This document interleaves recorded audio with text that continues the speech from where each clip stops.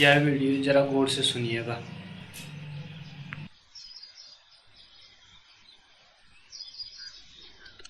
पहला प्रश्न।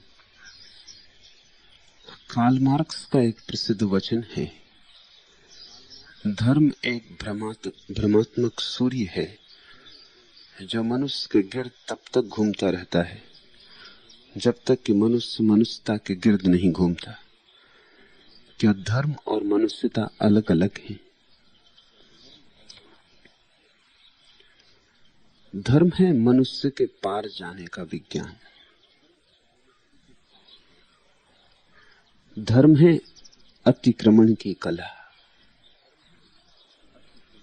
धर्म ना हो तो मनुष्य मनुष्य रह जाएगा, और मनुष्य का मनुष्य रह जाना ही दुख है, पीड़ा है, संताप है, क्योंकि मनुष्य अधूरा है। अधूरेपन में पीड़ा है। मनुष्य होकर कोई तृप्त नहीं हो सकता। मनुष्य के होने में ही अतृप्ति छिपी है। मनुष्य ऐसे है जैसे कली। कली जब तक फूल ना हो तब तक परेशान होगी। कली फूल होगी तो ही खुलेगी और खिलेगी। कली फूल होगी तो ही आनंद को उपलब्ध होगी। कली सिर्फ मार्ग पर है, फूल होने के मार्ग पर है। कली अंत नहीं, कली मंजिल नहीं। ऐसा ही मनुष्य है। मनुष्य का दुख भी यही है, मनुष्य की गरिमा भी यही। दुख यह कि मनुष्य पूरा नहीं है, और पशु पक्षी पूरे हैं। पूरे से अर्थ वे यात्रा पर नहीं है, वे जैसे हैं जहां हैं वहीं समाप्त हो जाएंगे। कुत्ता कुत्ते की तरह ही रहेगा और मर जाएगा। कुत्ते में कोई प्रगति नहीं है। तुम किसी कुत्ते से यह ना कह सकोगे कि तुम कम कुत्ते हो। सब कुत्ते बराबर कुत्ते हैं। लेकिन आदमी से तुम कह सकते हो कि तुम थोड़े कम आदमी हो। क्यों कह सकते हो? क्योंकि कोई आदमी थोड़ा कम आदमी होता है और कोई आदमी थोड़ा ज्यादा आदमी होता है। कोई आदमी इतना पूर्ण आदमी हो जाता है, कोई बुद्ध को महावीर, कि हमें उसे भगवान कहना पड़ता है। वस्तुतः बात इतनी ही घटी है कि बुद्ध का फूल खिल गया और कुछ नहीं हुआ है। हमारी कली बंद थी, बुद्ध का फूल खिल गया है। हम जहां हैं, जैसे हैं, वहां से आगे जाना होगा। आगे जाने की कला का नाम विज्ञान है, धर्म है। तो धर्म और मनुष्यता एक ही नहीं है।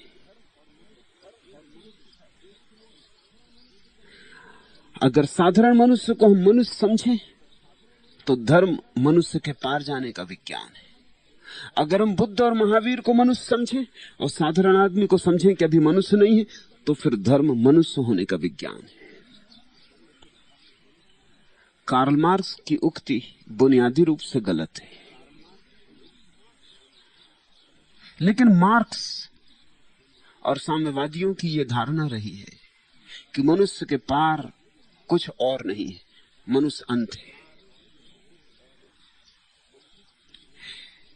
यह बड़ी खतरनाक भ्रांति है। अगर ऐसा मान लिया जाए कि मनुष्य के पार कुछ भी नहीं है, तो फिर रोटी रोजी पर सब समाप्त हो जाता है। फिर आजीविका जीवन हो जाती है।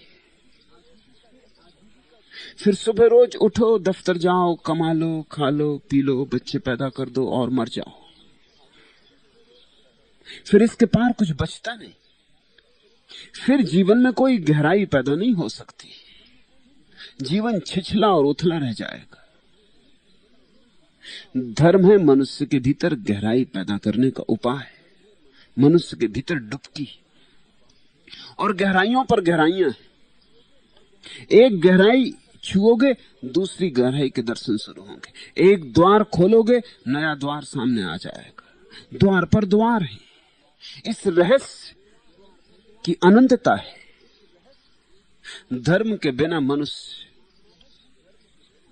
नाम मात्र को मनुष्य होगा, न तो फूल खिलेगा और न सुवास होगी। लेकिन मार्क्स को धर्म का कुछ पता नहीं था, हो भी नहीं सकता था, कभी ध्यान तो किया नहीं। मार्क्स का वक्तव्य धर्म के संबंध में ऐसा ही है जैसे किसी बहरे का वक्तव्य संगीत के संबंध में, या किसी अंधे का वक्तव्य प्रकाश के संबंध में। हाँ, मार्क्स ने बाइबल पढ़ी थी, ईसाइयों की किताबें पढ़ी थी, उनसे धर्म का कुछ लेना देना नहीं है। किताबों में धर्म नहीं है। अगर किताबों में धर्म को धर्म समझा जाए तो मार्क्स ठीक कहता है कि धर्म एक भ्रमात्मक सूर्य है। अच्छा है कि आदमी इससे मुक्त हो जाए। अगर चर्चों में और मंदिरों में और मस्जिदों में धर्म समझा जाए तो मार्क्स ठीक कहता है अच्छा है इनसे मुक्त हो जाया जाए। अगर पुरोहितों पंडितों में धर्म समझा जाए तो मार्क्स ठीक कहता है कि इनके जाल के बाहर हो जाना बेहतर है। लेकिन वहां धर्म है नहीं। जिसको मार्क्स धर्म समझ रहा है वह धर्म नहीं। धर्म बुद्धों में है, मस्जिद में नहीं है, न मंदिर में। धर्म तो ध्यान ही में, जहां समाधि फलती है वहां धर्म है। मार्क्स को कोई समाधिस्थ व्यक्ति का सत्संग तो मिला नहीं। मार्क्स के धर्म के संबंध में जो भी विचार थे किताबी थे। उसने संगीत के संबंध में किताबों में पढ़ा था और प्रकाश के संबंध में औरों से सुना था। अपना कोई निजी अनुभव नहीं था। निजी अनुभव न होने के कारण अगर कोई अंधा ये कह दे कि ये सूर्य की सारी बात बकवास है, मुझे तो दिखाई नहीं पड़ता और ये संगीत सब झूठ है, मैंने कभी सुना नहीं, जो मुझे नहीं सुनाई पड़ता वह कैसे हो सकता है। ऐसे ही वक्तव्य है मार्क्स के, उनका कोई मूल्य नहीं। धर्म के संबंध में मूल्य तो उसके वक्तव्य का है जिसने ध्यान जाना हो, जिसने ध्यान की गहराई छुई हो, ध्यान का अमृत पिया हो, उसके वक्तव्य का कोई मूल्य है। जो अपने भीतर गए हो, जिन्होंने भीतर डुबकी मारी हो, जिन्होंने भीतर का रस पिया हो, जिन्होंने भीतर की रोशनी देखी हो, जो अंतर आकाश में उड़े हो, उन सब ने कहा है कि धर्म के बिना आदमी आदमी ही नहीं, आदमी फिर कली रह जाएगा। और कली कितनी भी सुंदर हो, कुछ कमी है। अभी कली फूल नहीं हुई, और जब तक फूल ना हो तब तक नाचेगी कैसे, और जब तक फूल ना हो तब तक सुवास को लुटाएगी कैसे, और जब तक फूल ना हो तब तक तृप्ति कहां, आनंद कहां। धर्म मनुष्य के पार जाने की सीढ़ी। ऐसा कहो या ऐसा कहो कि असली मनुष्य होने की कला है, दोनों का मतलब एक ही होता है। अगर तुम असली मनुष्य हो तो मनुष्यता के पार जाने की कला है धर्म। तुम्हारे तो पार जाना ही होगा, तुम जैसे हो इससे ऊपर उठना ही होगा। तुम तो परिधि पर जी रहे हो, तुम्हारे जीवन में कोई केंद्र नहीं। और अगर बुद्ध, महावीर, कृष्ण और क्राइस्ट को हम मनुष्य की परिभाषा माने तो फिर धर्म का अर्थ होगा पूर्ण मनुष्य होने की कला। यह मनुष्य की परिभाषा पर निर्भर होगा। लेकिन मार्क्स से पूछने मत जाओ, मार्क्स को कुछ पता नहीं। ब्रिटिश म्यूजियम की लाइब्रेरी में बैठ बैठ कर उसने जो भी जाना था वह धर्म नहीं। धर्म जानने के लिए प्रार्थना में उतरना पड़ता है। वह काम हिम्मतवर का है, पागल होना पड़ता है, मस्ती में डूबना पड़ता है। किताबी नहीं है काम, शब्दों का नहीं है, शून्य के अनुभव में जाना होता है। और जो उस अनुभव में जाएगा वह पाएगा धर्म के अतिरिक्त मनुष्य के जीवन में कभी सुगंध नहीं आती। फिर उस धर्म का अर्थ ईसाईयत, हिंदू, इस्लाम नहीं होता। उस धर्म का अर्थ होता है तुम्हारे भीतर छिपे हुए स्वभाव की अभिव्यक्ति, तुम्हारे भीतर पड़े हुए गीत का प्रकट होना।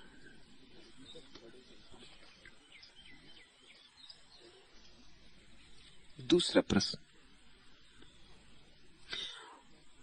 भगवान आपके पास बैठते हैं और जितने शून्य होते, खाली होते, उतना ध्यान करने से नहीं होते, फिर भी ध्यान करने की जरूरत है। और मैं बहुत बहुत अनुग्रहित हूं, हृदय में जो है उसे दिखा नहीं पाती हूं। समाधि, सत्संग और ध्यान अन्योन्याश्रित है। ध्यान बढ़ेगा तो सत्संग में रस बढ़ेगा, सत्संग में रस बढ़ेगा तो ध्यान की गहराई बढ़ेगी। दोनों दो पंख की भांति है, इनमें एक पंख को भी काट डाला तो नुकसान होगा, एक पंख से फिर आकाश में उड़ ना सकोगी।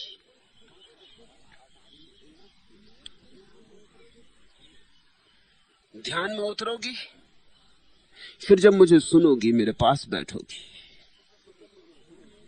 तो नई गहराई आएगी। ध्यान ने रास्ता बनाया, ध्यान ने सफाई कर दी, मार्ग के पत्थर हटा दिए, अवरोध हटा दिए। फिर मेरे पास बैठना तो झरना बहेगा, फिर झरना बहेगा तो और नए रास्ते टूटेंगे, नए रास्ते टूटेंगे तो नए पत्थरों का आविष्कार होगा। फिर ध्यान में जाओगी, उन पत्थरों को हटाने का आनंद। ये दोनों अन्योन्याश्रित है। ऐसा अक्सर हो जाता है, कुछ लोग सोचते हैं कि जब यहां आपके पास बैठ के ही आनंद आ जाता है तो फिर ध्यान क्या करना। उनका आनंद रुक जाएगा, उसमें गति नहीं होगी। फिर रोज रोज नई सीढ़ियां तय नहीं होंगी, फिर जहां तक आ गया वहीं बात ठहर जाएगी, और वहीं ठहरी नहीं रहेगी। थोड़े दिन में पाएंगे कि वहां से भी पीछे हटने लगी। कुछ विपरीत सोचने वाले भी लोग हैं, वे सोचते हैं ध्यान में तो बड़ा मजा आ रहा है, अब सत्संग में क्या आना, अब सुनने में क्या है, अब तो हम खुद ही ध्यान में उतरने लगे, अब गुरु के पास बैठने की क्या जरूरत है। उनका ध्यान भी जल्दी डगमगा जाएगा, और न डगमगाया तो भी अवरुद्ध हो जाएगा। स्मरण रहे, जितने प्रयोगों से संभव हो सके चोट करो, जितनी दिशाओं से हमला हो सके हमला करो। प्रार्थना भी करो, पूजा भी करो, ध्यान भी, प्रेम भी, सत्संग भी, भजन कीर्तन भी, सब दिशाओं से हमला करो। इस दुश्मन को मिटा ही देना है, इस अंधेरे को तोड़ ही देना है। इसमें एक ही तरफ से हमला किया तो शायद जीत संभव ना हो। दुश्मन किसी और दरवाजे पे छिप जाए, किसी और कोने में बैठ जाए, अंधेरा कहीं और अपने लिए गुफा बना ले। तुम सब तरफ से रोशनी लाओ, सब द्वार दरवाजे खिड़कियां खोल दो, इसमें कंजूसी मत करो। एक ही दरवाजे से रोशनी आए, ऐसा क्या, सब दरवाजों से रोशनी आने दो। ध्यान भी करो, सत्संग भी करो, नाचो भी, गाओ भी, मौन भी बैठो। जितना संभव हो सके उतना इस रसधार को अनेक अनेक रूपों में बहने दो, और तुम पाओगे इसकी सम्मिलित प्रक्रिया का परिणाम गहन होता है। अच्छा हो रहा है कि सत्संग में शून्यता आ जाती है। समाधि को मैं देख रहा हूं, कोई फल पकने के करीब आने लगा है। यही खतरा है, जब फल पकने के करीब आने लगता है तो मन कहता है अब तो सब हो गया, अब और क्या करना है। अक्सर ऐसा हो जाता है कि लोग मंदिर के ठीक द्वार पर आते आते लौट जाते, मंजिल जहां पूरे होने के करीब होती वहीं ठहर जाते, सोचते हैं आ तो गया। जिंदगी बड़ी है, जिंदगी तुम्हारी आकांक्षाओं से बड़ी है। और जिंदगी में ऐसे खजाने पड़े हैं जिनके तुमने सपने भी नहीं देखे। इसलिए इस भ्रांति में तो कभी पड़ना ही मत कि आ गया। कितना ही मिल जाए, यात्रा जारी रहे, यात्रा चलती रहे, क्योंकि और मिलने को है, और मिलने को है। तुम्हारी आकांक्षाएं भी बड़ी दीन दरिद्र है। तुम सोचते हो मन थोड़ा शांत हो गया, बस हो गए। अभी बहुत होने को है, और ऐसा तो कभी नहीं होता जबकि कुछ होने को ना बचे। इसलिए तो कहते हैं परमात्मा का रहस्य अनंत है। जानो और जानो और जानो, फिर भी अनजाना रह जाता है। पहचानो और पहचानो, फिर भी पहचान कहां हो पाती। सागर जैसा विराट है, खोजते खोजते खोजी खो ही जाता है, समग्र रूप से लीन हो जाता है। जब तक तुम समग्र रूप ध्यान भी, प्रार्थना भी चलने दो, पराभक्ति का जन्म न हो जाए, तब तक चलने दो गौणी भक्ति। और इसमें कृपणता की कोई जरूरत नहीं। कभी कभी ऐसा हो जाता है कि तुम मान लेते हो कि सब हो गया, और अक्सर जब सब होने के करीब होता है तभी ऐसा होता है। मंजिल सामने दिखाई पड़ने लगती है, आदमी बैठ जाता है। तुमने देखा, यात्रा करके तुम आए हो, दूर लंबी पहाड़ की यात्रा है, चलते रहे, थके थे तो भी चलते रहे। अब सामने मंदिर आ गया तो तुम बैठ जाते, तुम कहते अब तो सुस्ता ले, अब तो ये रहा मंदिर। मंजिल पे आके लोग सुस्ताने लगते, दूर होते हैं तो चलते रहते। समाधि में कुछ घटने के करीब है, इसलिए प्रश्न उठा है। प्रश्न महत्वपूर्ण है, औरों के काम का भी, क्योंकि बहुतों के भीतर बहुत कुछ घटने के करीब आ रहा है। ये जो फसल लगाई जा रही, इसके काटने के दिन भी करीब आएंगे। ये जो बीज बोए जा रहे हैं, ये अंकुर भी हो गए हैं, इनमें फल भी लगेंगे। स्मरण रखना, तुम्हें पता ही नहीं कितने फल लगेंगे, अनंत फल लगेंगे। एकांत फल से राजी मत हो जाना।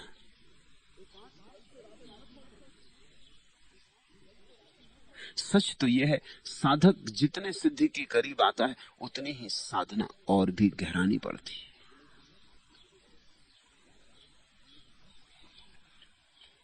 शुभ है कि सत्संग में शून्यता फलती है, मन मौन हो जाता है।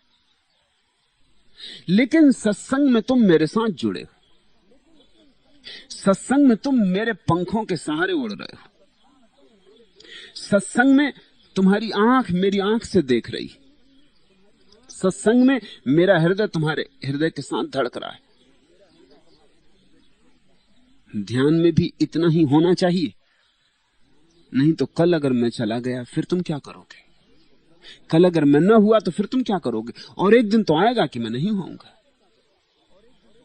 तो जिसने सत्संग पर ही निर्भर किया, वो एक दिन कठिनाई में पड़ जाएगा। जिसने सत्संग से लाभ लिया और ध्यान की गहराई को बढ़ाता गया, वही मेरे जाने पर रोएगा नहीं, अनुग्रह से भरेगा। मेरे साथ एक संगीत सध जाता है, उसमें कितना तुम्हारा है कितना मेरा कहना कठिन। जब ध्यान में सधता है संगीत, तो तुम्हारा ही तुम्हारा है, सुनिश्चित तुम्हारा है। और जो तुम्हारा है उसी पर अंतिम भरोसा करना। ऐसा हो जाता है, हिमालय पर जाओगे, शांत बैठोगे, बड़ी शांति मालूम होगी, मगर उस शांति में बहुत कुछ हिमालय का है, तुम्हारा नहीं। जब ऐसा ही बीज बाजार में बैठ के हो सकेगा, तब तुम्हारा है। हिमालय से उतरोगे, जैसे जैसे पहाड़ से नीचे आने लगोगे, भीड़-भाड़ बढ़ने लगेगी, वैसे वैसे शांति खो जाएगी। रोज तो लोग पहाड़ जाते हैं और शांति का अनुभव करते हैं और लौट आते हैं, और फिर वही अशांति। तो हिमालय पर बैठकर जो शांति तुम्हें अनुभव होती है, उसमें 99% हिमालय का है, 1-8% तुम्हारा होगा। 1% जरूर तुम्हारा होगा, क्योंकि ऐसे भी लोग हैं जो हिमालय पे बैठ जाते हैं और वहां भी शांति अनुभव नहीं होती। उनका बाजार जारी ही रहता है, उनकी भीड़ खड़ी ही रहती। दिखता हिमालय, मगर वो देखते रहते हैं उन्हीं को जिनको पीछे छोड़ा है, सोचते रहते उन्हीं की। लोग अखबार लेके हिमालय चले जाते, रेडियो लेके हिमालय चले जाते, ताकि दिल्ली की खबरें वहां बैठ के सुन सके। फिर तुम गए ही किस लिए? लोग मित्रों को लेके हिमालय चले जाते और उनके साथ वही बातचीत जारी रहती जो यहां जारी थी, वही भीड़भाड़, वही बकवास। तो ऐसे भी लोग हैं जो हिमालय जाके भी अनुभव नहीं करते शांति का। तो 1% तो तुम्हारा होगा। यहां भी ऐसे लोग हैं जो सत्संग में बैठेंगे और शांति का अनुभव नहीं करेंगे। तो जब तुम मेरे साथ शांति में डूब जाते हो, मेरे पास बैठे बैठे मेरी और तुम्हारे हृदय की धड़कन कभी कभी एक हो जाती, तुम मेरे साथ श्वास लेने लगते हो, तुम्हारा मेरे प्रति सारा प्रतिरोध टूट जाता है, तुम अपनी रक्षा नहीं करते, तुम मेरे साथ हो लेते हो बेशर्त, बिना आगे पीछे की फिक्र किए। तुम चल पड़ते हो मेरे साथ कि देखें क्या है, तुम हिम्मत कर लेते हो, तुम साहसी होते हो, तुम जुए पर दांव लगा देते हो। कभी कभी वैसे क्षण आ जाते, तब तुम अपूर्व शांति से भर जाओगे। अपूर्व, ध्यान रखना, उसमें बहुत कुछ मेरा है। जैसे ही तुम घर लौटोगे वह खो जाएगा, उस पर निर्भर मत रहना, उसका लाभ लो। उससे तुम्हारे भीतर क्या हो सकता है इसकी झलक मिलेगी। फिर उस लाभ का उपयोग ध्यान में करो, फिर ध्यान में खुदाई करो, फिर अपनी कुदाली उठाओ, अकेले में खोदो। और जब तक वही आनंद न मिलने लगे जो सत्संग में मिला था, तब तक रुकना मत, खोदे जाना, खोदे जाना। जब वही आनंद एकांत अकेले में घर बैठे हुए मुझसे दूर मिलने लगे, तब फिर तुम समझना कि अब सत्संग के लिए फिर जरूरत आ गई। अब थोड़ा और आगे के दृश्य देखें ताकि आगे की यात्रा हो सके। सत्संग और ध्यान का ऐसा उपयोग करोगे तो निश्चित पहुंच जाओगे। लेकिन मन ऐसा होने लगता है, मन कहता है जब सत्संग में आनंद आता तो सत्संग ही कर ले, या मन कहता है जब ध्यान में आनंद आता तो सत्संग क्यों करें। दो तरह के लोग हैं। जो लोग स्त्रीण वृत्ति के, सरल, ग्राहक, अंगीकार करने वाले, उन्हें सत्संग ज्यादा रुचेगा बजाय ध्यान के। यह आकस्मिक नहीं है कि स्त्रियां सत्संग में ज्यादा दिखाई पड़ती, सरल है। सरलता से किसी के भी साथ उनका हृदय धड़क सकता है। उन्हें एक कला स्वाभाविक है कि प्रेम में पड़ सकती हैं, बिना प्रेम में पड़े सत्संग नहीं होता। प्रेम में पड़ते ही तरंगें एक सी हो जाती, गुरु के साथ शिष्य की तरंग एक हो जाती, दोनों के तार मिल जाते।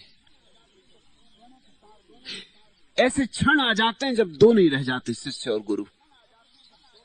कभी कभी दोनों बस एक हो जाते। उसी घड़ी अपूर्व शून्यता आ जाती है, अपूर्व पूर्णता आ जाती है, अपूर्व आनंद बरस जाता है। मेघ गिर जाते, मल्हार बज उठती, वीणा पर टंकार पड़ जाती, कोई नृत्य भीतर होने लगता है।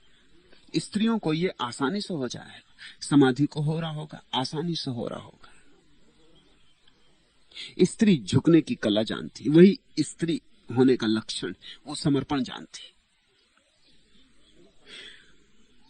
जरूरी नहीं कि सभी स्त्रियों को हो, क्योंकि स्त्रियों में बहुत स्त्रियां नहीं है पुरुष जैसी, और जरूरी नहीं है कि सभी पुरुषों को ना हो, क्योंकि पुरुषों में बहुत है जिनके पास उतना ही कोमल हृदय जितना स्त्रियों के पास। इसलिए स्त्री पुरुष से तुम शारीरिक स्त्री पुरुष का भेद मत समझना, मैं आंतरिक भेद की बात कर रहा हूं। लेकिन जो परुष है उसी को तो पुरुष कहते। परुष यानी कठोर, पथरीला, दंभी, अहंकारी, झुकने को राजी नहीं। टूट जाए वो कहता मगर झुकेंगे नहीं। वो अगर सत्संग में आता भी है तो अपनी म्यान तलवार लेके आता है। वो सत्संग में आता भी है तो अपनी ढाल के पीछे छिपा रहता है। कहता कहीं झुकना ना पड़े, वो झुकने से डरा रहता है। उसे ध्यान ज्यादा रुचेगा क्योंकि ध्यान में वो अकेला है, कोई किसी के सामने झुकना नहीं। तो पुरुषों को अक्सर ये हो जाता है कि वो ध्यान की तरफ ज्यादा झुक जाएंगे और सोचेंगे सत्संग की अब क्या जरूरत है, इतना तो सुन लिया गुरु को, अब सुनने की क्या जरूरत है, अब तो अपने एकांत में ध्यान संभालो। स्त्रियों को अक्सर ऐसा होने लगेगा कि और सुनो, ध्यान की क्या जरूरत है। मगर दोनों गलत है, दोनों की जरूरत है, दोनों पंख चाहिए उस यात्रा के लिए। और जब कोई व्यक्ति संतुलित होता है तो वो 50% स्त्री होता है और 50% पुरुष होता है। इसलिए तो अर्ध नारीश्वर की हमने मूर्ति बनाई, वो संतुलन की मूर्ति है। देखिए ना, अर्धनारीश्वर की मूर्ति, आधे शिव पार्वती है और आधे पुरुष है। एक स्तन है, आधा चेहरा स्त्री का है, आधे अंग पुरुष के। वो अपूर्व प्रतिमा है। दुनिया में किसी ने वैसी प्रतिमा नहीं गढ़ी, क्योंकि दुनिया में किसी जाति ने मनुष्य के भीतर इतने समन्वय की बात नहीं खोजी। आधा पुरुष आधा स्त्री, ये दोनों पंख पूरे हो गए। समर्पण और ध्यान। अर्ध नारीश्वर का अर्थ है समर्पण और ध्यान, स्त्री और पुरुष दोनों साथ साथ। झुको भी कि समर्पण हो जाए और अपने पर निर्भर भी हो जाओ ताकि ध्यान हो जाए। दोनों में चुनना नहीं है, दोनों को जोड़ना है। जो हो रहा है शुभ है, मगर उसकी वजह से ध्यान को मत छोड़ देना। जो हो रहा है वह समर्पण है। सबे गम सदा उनकी आने लगी, मेरी रात फिर गुनगुनाने लगी। गुल उनका तबस्सुम चुराने लगे, सबा उनका पैगाम लाने लगी। मेरी आह की नारसाई तो देखो, सितारों से आगे भी जाने लगी। जो डूबी हुई थी अंधेरे में गम के, वह कोसे कुझे मुस्कुराने लगी। नई एक झंकार उठी साजे दिल से, उम्मीद एक नगमा सा गाने लगी। उलट दी जुनूने विसाते मोहब्बत, खिरद मात पर मात खाने लगी। इस दशा में है समाधि, इस दशा में बहुत मेरे सन्यासी।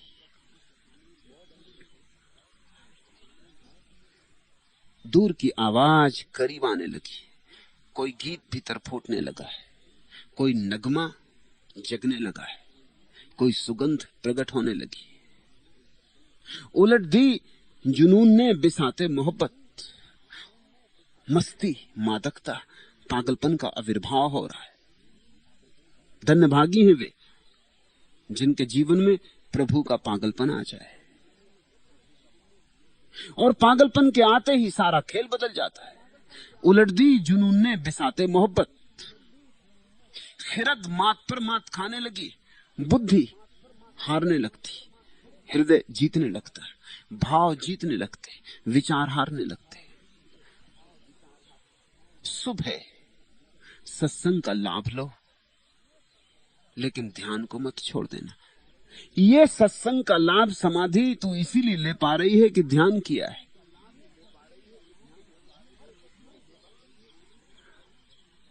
और हर सत्संग के बाद ध्यान की गहराई बढ़ती जाएगी। दोनों एक दूसरे को सहारा देते, दोनों एक दूसरे के सहारे ऊपर उठते जाते। इन्हीं दोनों के सहारे किसी दिन गौरी शंकर का शिखर तुम्हारे भीतर प्रकट होता है।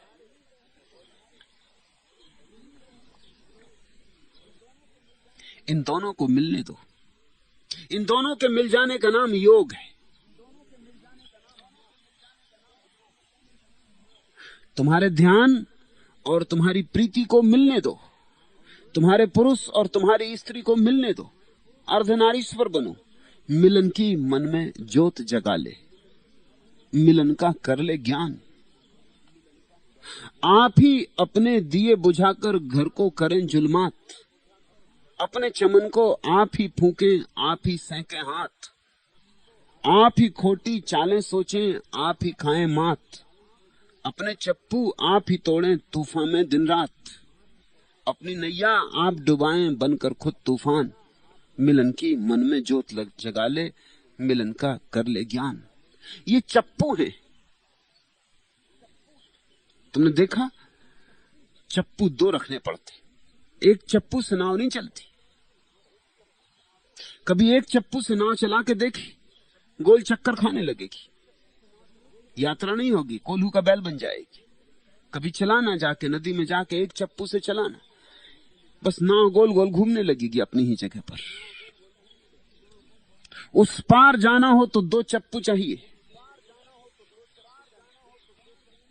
सत्संग और ध्यान में चुनना नहीं, दोनों के पंख बना लेने, दोनों के सहारे उड़ जाना है।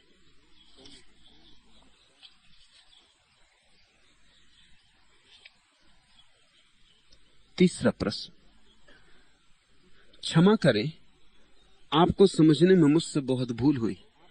बहुत बार संदेह ने मेरा पीछा किया, फिर क्षमा मांगता हूं।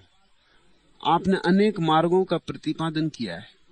क्या मैं पूछ सकता हूं कि आपकी देशना का सार सूत्र क्या है? मिटो। किस बहाने मिटते हो फर्क नहीं पड़ता, बस मिटो। प्रार्थना में मिटो, कि पूजा में, कि भजन में, कि कीर्तन में, कि ध्यान में, कि सत्संग में, मिटो। विधियां अलग है। कोई जहर खा के आत्मघात कर लेता, कोई गोली मार के आत्मघात कर लेता, कोई रस्सी से लटक जाता है आत्मघात कर लेता, कोई नदी में कूद जाता है आत्मघात कर लेता, कोई रेल की पटरी पे सो जाता आत्मघात कर लेता। वो विधियां अलग है मगर आत्मघात एक है। ऐसी ही ये सब विधियां अलग हैं लेकिन मूल में तो आत्मघात है। मिटो, अहंकार समाप्त हो जाए। ये असली आत्मघात है जो मैं तुम्हें सिखा रहा हूं। शरीर को मिटा के तो कुछ खास मिटता नहीं, फिर लौट आओगे और फिर ऐसे ही शरीर में लौटोगे, क्योंकि तुम्हारी चेतना तो बदली नहीं। चेतना के खास ढंग के कारण ही तो तुमने ये शरीर लिया था। चेतना का ढंग तो बदला नहीं, तुम फिर इसी शरीर में आ जाओ, तुम फिर ऐसा ही शरीर चुन लोगे, ऐसा ही गर्भ चुन लोगे। आत्मघात असली आत्मघात नहीं, असली आत्मघात संन्यास है। इसमें तुम्हारी चेतना ही अपना व्यक्तित्व खो देती, अपना अहंकार खो देती, फिर लौटना नहीं। जो मिट गया वह हो गया। जिसने अपने को बचाया उसने खोया। इसलिए मेरी देशना का सार सूत्र है मिटो।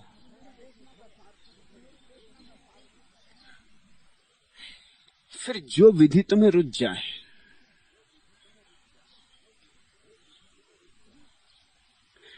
सारी विधियों की जरूरत नहीं है। एक विधि काफी हो सकती, सम्यक रूपेण की जाए। यहां इतनी विधियों पर बोल रहा हूं क्योंकि अलग अलग लोग हैं, अलग अलग विधियां रुचेंगी। किसको कौन ठीक पड़ जाएगी वो उस ढंग से मर जाए, वो उस ढंग से अपने को मिटा ले। तुम इसकी फिक्र ही मत करो, क्योंकि मिटना मिटना एक जैसा है। जहर खा के मरे कि गोली मार के मरे, मरना एक जैसा है। और सबका इंतजाम मत करना, क्योंकि उसमें कभी कभी भूल हो जाती। मैंने सुना मुल्ला नसरुद्दीन मरने गया, होशियार आदमी, उसने सोचा कि सभी इंतजाम कर लेना चाहिए, तो उसने ठीक ऊंची एक पहाड़ी चुनी, उसके नीचे नदी भी चुनी कि ऊपर से कूदूंगा, कूदने में मर गया तो ठीक, नहीं कूदने में मरा तो डूब के मर जाऊंगा। उस पहाड़ी के ऊपर एक वृक्ष लगा था, उसकी शाखा में उसने रस्सी बांधी कि अगर इसमें भी चूक हो जाए तो गले में फंदा लगा लूंगा, फंदा लगा के मर जाऊंगा। मगर इसमें भी चूक हो जाए, गणित वाला आदमी सब हिसाब कर लेता, तो मिट्टी के तेल का एक कनस्तर भी ले आया था कि ऊपर को डाल लूंगा और आग लगा दूंगा। वो कौन जाने इसमें भी चूक हो जाए, तो पिस्तौल भी ले आया था और फिर इसी में चूक हो गई।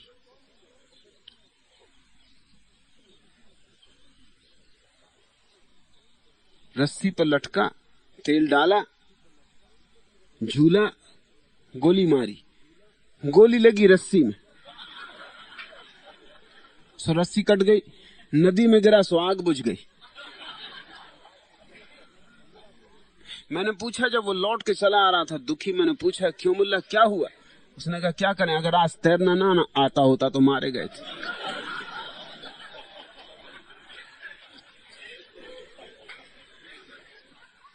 सारे इंतजाम करने की जरूरत भी नहीं है, समग्रता से एक इंतजाम काफी है।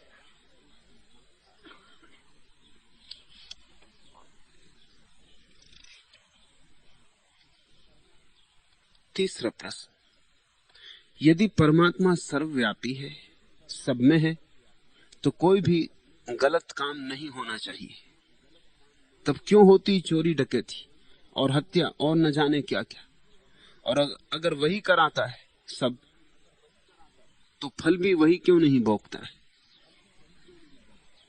अगर शेर में भी परमात्मा है तो फिर शेर हत्या क्यों करता है? कोई ज्ञानी आ पहुंचे। यहां अज्ञानियों का जमघट है, यहां इतने ज्ञान की बात नहीं पूछनी चाहिए।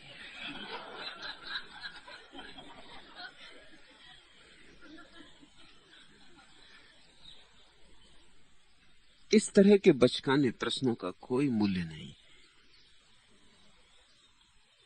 लेकिन पूछा है तो अब तुम समझो, जो पूछा है तो उत्तर मिलेगा। पहली बात, इस संसार में न कोई गलत काम कभी हुआ है, न होगा, हो ही नहीं सकता, असंभव है, क्योंकि परमात्मा सर्वव्यापी। तुम जिसको गलत कहते हो वो तुम्हारी धारणा है, तुम जिसको सही कहते हो वो तुम्हारी धारणा है। तुम्हारी धारणा के कारण सही और गलत दिखाई पड़ता है। धारणा को छोड़ो, फिर क्या सही और क्या गलत है? ध्यानी को कुछ गलत नहीं दिखाई पड़ता, कुछ सही नहीं दिखाई पड़ता, क्योंकि ध्यानी की धारणा छूट गई। एक बात तुम्हें ठीक दिखाई पड़ती, दूसरे को वही गलत दिखाई पड़ती। समझो, तुम कहते हो चोरी पाप है। लाओत्सु वजीर हो गया था अपने देश का, एक आदमी चोरी करके पकड़ा गया, उसने चोर को और साहूकार को दोनों को 6-6 महीने की सजा दे दी। साहूकार चिल्लाया, क्या तुम होश में हो कि शराब पियो हो, मामला क्या है? साहूकार को सजा कभी सुनी? लेकिन लाओत्सु ने कहा, अगर तुम इतना धन इकट्ठा न करते तो चोरी होती नहीं। तुमने सारे गांव का धन इकट्ठा कर ली, चोरी ना हो तो क्या हो? सच तो ये कि मैंने खुद ही कई बार सोचा, ये आदमी तो नंबर 2 का कसूरवार है, नंबर 1 तुम कसूरवार हो। ना तुम इतना धन इकट्ठा करते, न चोरी होती। सम्राट के पास बात गई, सम्राट भी बहुत हैरान हुआ कि इस तरह की सजा, लेकिन लाओत्सु की बात में बल तो था। चोरी ठीक है या गलत? चोरी गलत है अगर तुम ये मानते हो कि लोगों का धन इकट्ठा करना बिल्कुल ठीक है, तो गलत है। अगर लोगों का धन इकट्ठा करना ही गलत है तो फिर चोरी कैसे गलत होगी? चोरी तो एक तरह का साम्यवाद है। ये व्यक्तिगत रूप से साम्यवाद फैला रहा आदमी, बांट रहा है संपत्ति लोगों की, जहां ज्यादा इकट्ठी हो गई वहां से छुटकारा दिला रहा है।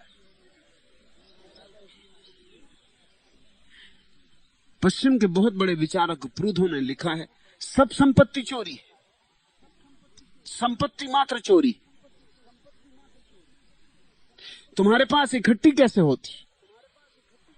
किसी न किसी की जेब खाली होगी तो इकट्ठी होगी। तो साहूकार और चोर में फर्क क्या है प्रूधों के हिसाब से? चोर छोटा मोटा चोर है, साहूकार बड़ा चोर है, बस इतना ही फर्क है। क्या ठीक है क्या गलत है? हिंदुस्तान में तेरापंथी जैन, वे कहते हैं कि राह में पड़ा हुआ आदमी अगर प्यासा मर रहा हो तो पानी भी मत पिलाना। क्यों? तुम कहोगे ये तो बात बड़ी गड़बड़ हो गई। पानी पिलाना प्यासे को तो पुण्य है, अच्छा कार्य है ना, इसको तो कोई बुरा कार्य नहीं कहेगा। तेरा पंथियों से पूछ, वो कहते हैं कि अगर तुमने इसको पानी पिलाया और ये आदमी मर रहा था, पानी की वजह से बच गया, और कल इसने अगर किसी की हत्या कर दी तो तुम भी जिम्मेवार होगे। न तुम इसको पानी पिलाते, न ये बचता, न हत्या होती। तुम्हारा हाथ तो है इसमें, इससे तुम बच ना सकोगे। इसलिए झंझट में ना पड़ो, अपने रास्ता निकल जाओ, चुपचाप निकल जाओ। विचार की बात तो है ही। तुमने किसी आदमी को रुपए दिए कि वो भूखा था और उसने जाके शराब पी ली। न तुम रुपए देते ना वो शराब पीता। शराब पी के आया और अपनी पत्नी को मार डाला। तुम्हारी दया ने बड़ी हानि कर दी। क्या ठीक है, क्या गलत है? और एक बात विचारनी है कि क्या जिसको तुम ठीक कहते हो वो गलत के बिना बच सकेगा? जरा सोचो। रामायण में से रावण को निकाल दो, वो गलत है, राम को बचा लो। बचेंगे राम? रावण को निकालते ही उनकी जान निकल जाएगी, उनमें कुछ ना बचेगा, भूसा रह जाएगा। ऐसा लगता है गेहूं तो फिर रावण ही था। न सीता की चोरी होगी, न राम रावण युद्ध होगा, कथा आगे नहीं बढ़ेगी। कथा को आगे बढ़ाने के लिए रावण एकदम जरूरी है। यहूदा को हटा लो और जीसस की कहानी बेकार हो जाती, क्योंकि यहूदा के कारण ही जीसस को सूली लगती। तो ये कहानी में रस है। तुम जरा बुरे को अलग कर लो जीवन से, असाधु को अलग कर लो, तुम्हारे साधु कहां बचेंगे? बुरे को अलग करते ही तुम्हारे महात्माओं में कितना महात्मापन रह जाएगा, किस कारण रह जाएगा? संयुक्त है, जैसे दिन और रात जुड़े। राम और रावण एक ही सिक्के के दो पहलू। न तो रावण हो सकता राम के बिना, न राम हो सकते रावण के बिना। महर्षि रमण ने ठीक उत्तर दिया था। एक जर्मन विचारक ने उनसे पूछा, यही पूछा था जैसे तुमने पूछा है, कि दुनिया में इतना पाप क्यों, इतनी बुराई क्यों? पता है रमण ने क्या कहा? बड़ा अद्भुत उत्तर दिया, शायद किसी ने दिया, कोई ज्ञानी ही दे सकता है। रमण ने कहा, टू थिकन द प्लॉट, कहानी को जरा रसपूर्ण बनाने के लिए, सघन करने के लिए, कहानी में थोड़ा मजा लाने के लिए। तुमने देखा, तुम कोई कहानी बना सकते हो जिसमें बुराई ना हो। सच तो यह है, कहा जाता है अच्छे आदमी की जिंदगी में कहानी होती ही नहीं। अच्छा आदमी बिल्कुल सपाट कोरे कागज की तरह होता, बुराई कुछ की नहीं, अच्छा ही अच्छा ही, बैठ के घर में भजन ही करते रहे। कहानी कहां? तुमने अच्छे आदमी की कहानी देखी? अगर अच्छे आदमी की भी कहानी होगी तो बुरे आदमी को लाना पड़ेगा, जो उनकी कहानी को जान देगा, प्राण देगा। नहीं तो रामचंद्र जी अपने लेके सीता जी को, लक्ष्मण जी को घूमते रहते, अभी तक घूम ही रहे होते। वो तो भला रावण का, तो घूमते रहो सीता जी को लेकर। कहां रुकोगे, कैसे रुकोगे?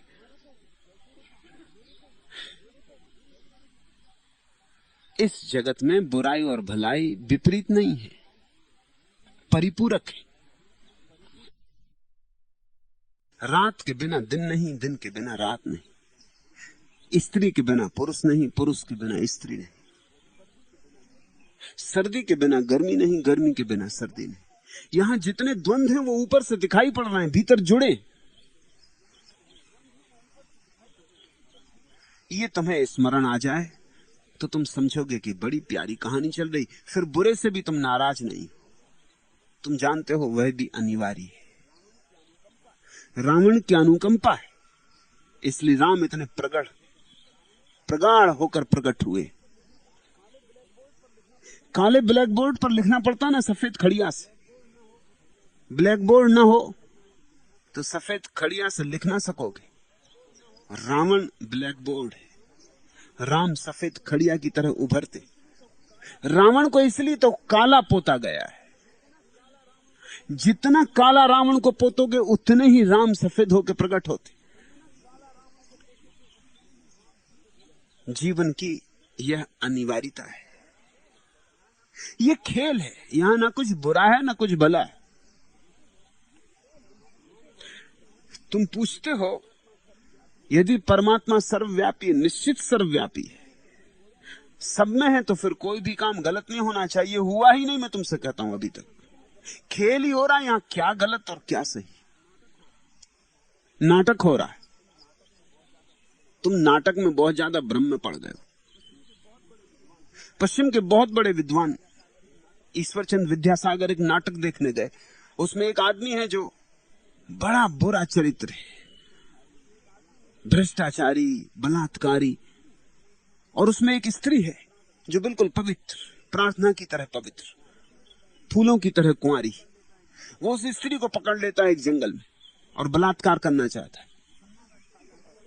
सन्नाटा छा जाता है सभा में और अचानक लोग चकित हो जाते हैं। ईश्वरचंद छलांग लगा के पहुंच गए मंच पर, निकाल लिया जूता और लगे पीटने उसको।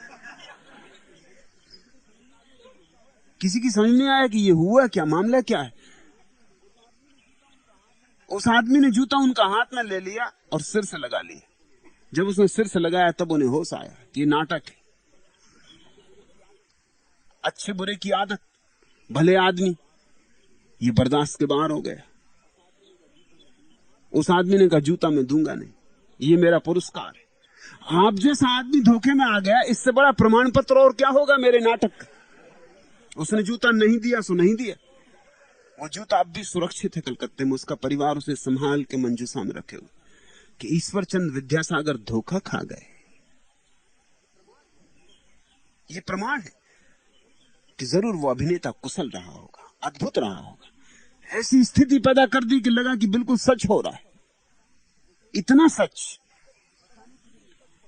कि बचाने की जरूरत आ गई। जो जानते हैं उनके लिए ये पृथ्वी बड़ा मंच है। यहां ना बुरा कभी हुआ है न होता है। यहां बुरा भला सब नाटक का हिस्सा है। टू थिकन द प्लॉट, कहानी को जरा रसपूर्ण बनाने के लिए। राम अकेले अकेले आएंगे, दिखाई भी ना पड़ेंगे, रावण को लाना पड़ता है। रावण अकेला आएगा तो भी राम के बिना कोई रस नहीं होगा उसके जीवन में। जो इस तरह देखेगा वो मुक्त हो जाएगा शुभ अशुभ दोनों से, और शुभ अशुभ से मुक्त हो जाना संतत्व है। साधु असाधु से मुक्त हो जाना संतत्व है। इसलिए ध्यान रखना, संत का अर्थ साधु मत करना। साधु तो संत है ही नहीं। साधु कैसे संत होगा, अभी असाधु से लड़ रहा है। संत तो वह है जिसे दिखाई पड़ गया कि साधु असाधु एक ही सिक्के के दो पहलू हैं। अब न जो साधु रहा न असाधु रहा, जो दोनों के पार खड़ा हो गया, साक्षी हो गया, दृष्टा हो गया। वही दृष्टा होना मैं तुम्हें यहां सिखा रहा हूं। इसलिए बहुतों को अड़चन होती है। वो यहां आके सोचते हैं, अरे यहां बुरा भला सब चल रहा है। वो सोच के आए थे कि लोग बैठे होंगे झाड़ों के नीचे अपनी अपनी माला लिए, राम राम जप रहे होंगे। यहां हजार काम हो रहे हैं। यहां रामचंद्र जी सीता को लिए जा रहे हैं, यहां रावण जी पीछे लगे, वो सीता को भगाने का आयोजन कर रहे हैं। यहां पूरी रामलीला हो रही। तुम आते हो, तुम बड़े बेचैनी में पड़ जाते हो।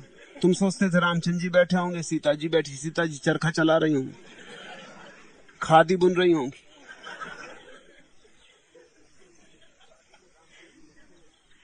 रामचंद्र जी मक्खी उड़ा रहे होंगे। करेंगे क्या बैठे बैठे।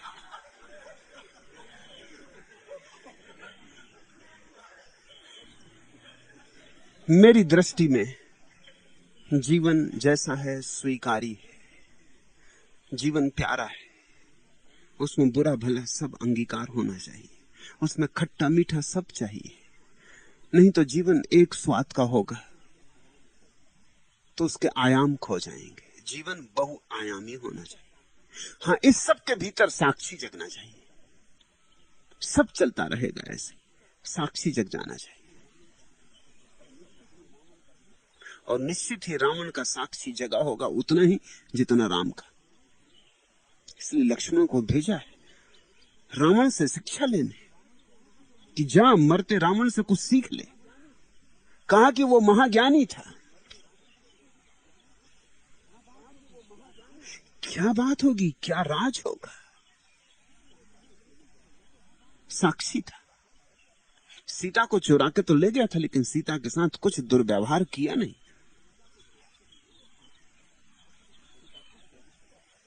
सीता को सुरक्षित रखा था। एक खेल था जैसे पूरा कर रहा था।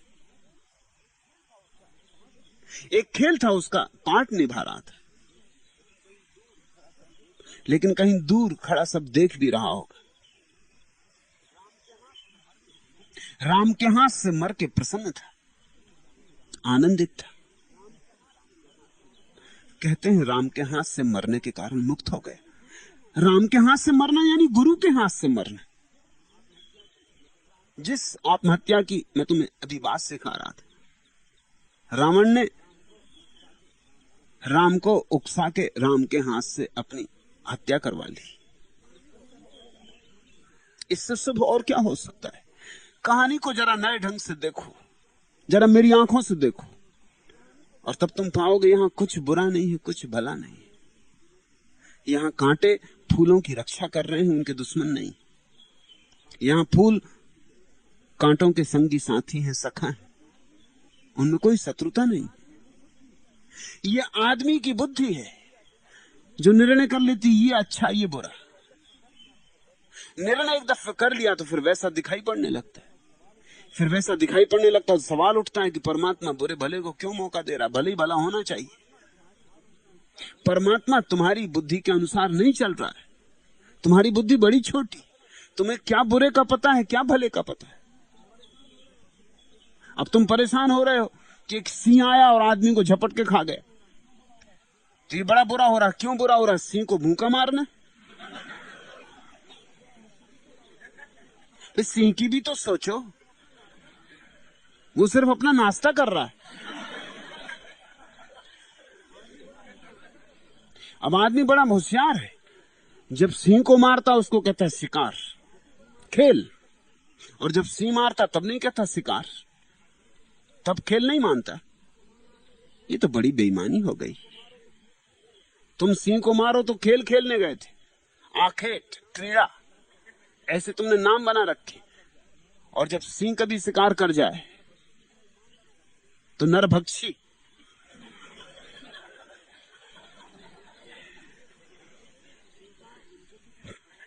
क्यों साहब, उनको भी कुछ खेलने दोगे कि नहीं?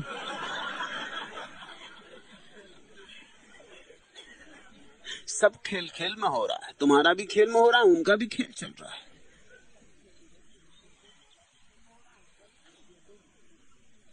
जिस दिन तुम साक्षी भाव से देखोगे, आदमी की तरह मत देखो, क्योंकि उसमें तो पक्षपात हो गया। तुम जब आदमी की तरह देखते हो तो पक्षपात हो गया। फिर तुम सिंह की तरह नहीं देखते। पक्षपात छोड़ के साक्षी भाव से देखो तो तुम देखोगे क्या फर्क पड़ता है। तुमने सिंह खाया है कि सिंह को तुमने खाया। राम ही राम को खा रहा है, राम ही राम को पचा रहे। ठीक चल रहा है, कुछ अड़चन नहीं। परम ज्ञानी को अगर सिंह खा जाएगा तो वो यही जानता है कि ठीक है, परमात्मा ने मुझे आत्मसात कर लिया सिंह के द्वारा। सिंह के रूप में आया और मुझे ले गया। 1857 की गदर में ऐसा हुआ। एक सन्यासी 30 वर्ष से मौन था और नग्न भी था। चांदनी रात थी, अपनी मस्ती में घूमता हुआ जा रहा था। वो भूल से अंग्रेजों की छावनी में पहुंच गया। वो तो समझे कि कोई जासूस है। उन्होंने उसे पकड़ लिया और जब वो बोले नहीं तब तो पक्का समझ गए कि जासूस है और नग्न है। उनको तो बड़ा क्रोध आया। किसी ने एकदम संगीन खींच के उसकी छाती से लगा दी। बस वो आखिरी शब्द एक बोला। जैसे उसे मारा गया उसकी छाती में संगीन भोंक दी गई। उसने आखिरी शब्द जो बोला वो महावाक्य था उपनिषद का, तत्वमसि, तू भी वही है।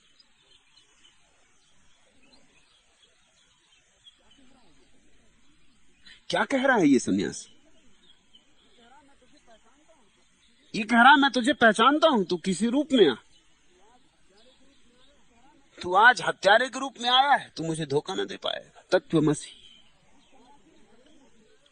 उस सन्यासी ने कसम ली थी कि जब परमात्मा से मिलन होगा तभी बोलूंगा। 30 साल नहीं बोला था, आज बोला। परमात्मा भी खूब ढंग चुना आने का।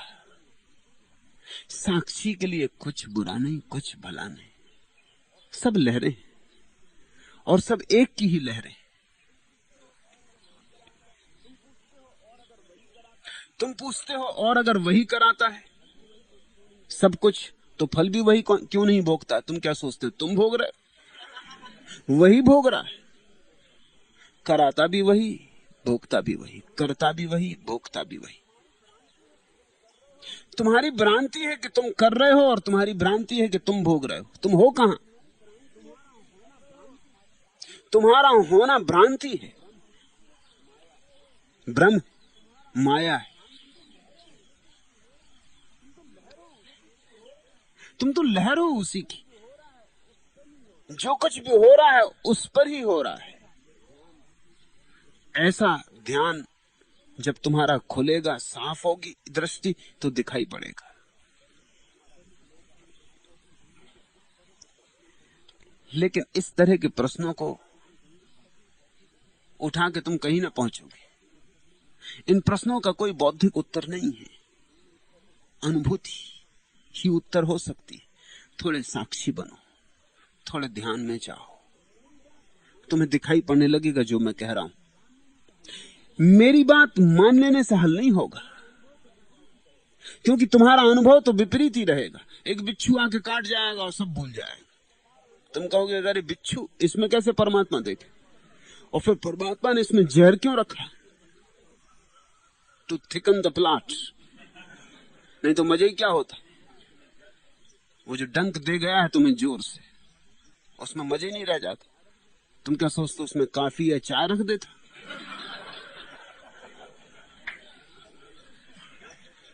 सब पोछ हो जाता, खेल का मजा ही चला जाता। उसके डंक में रखा है जहर कि दे जाए मजा तुमको।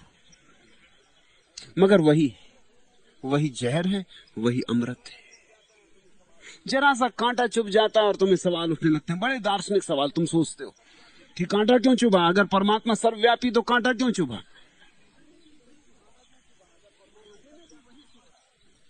कांटे में भी वही चुभ रहा है। लेकिन हम भेद किए बैठे।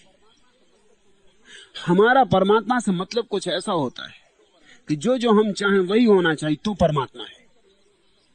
तो ईसाई चाहते हैं सब हिंदू समाप्त हो जाएं, ईसाई होने चाहिए, तो वो मानेंगे कि परमात्मा है। और हिंदू चाहते हैं सब ईसाई समाप्त हो जाएं, तो परमात्मा है।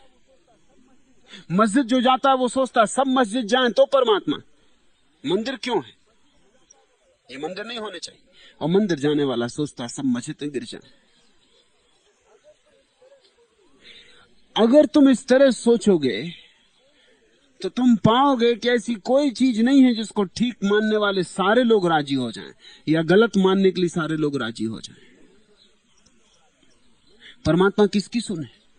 मैंने सुना है कि पहले वो यहीं जमीन पर रहता था, बीच बाजार में ही रहता था, मगर लोगों ने उसे बहुत परेशान कर दिया।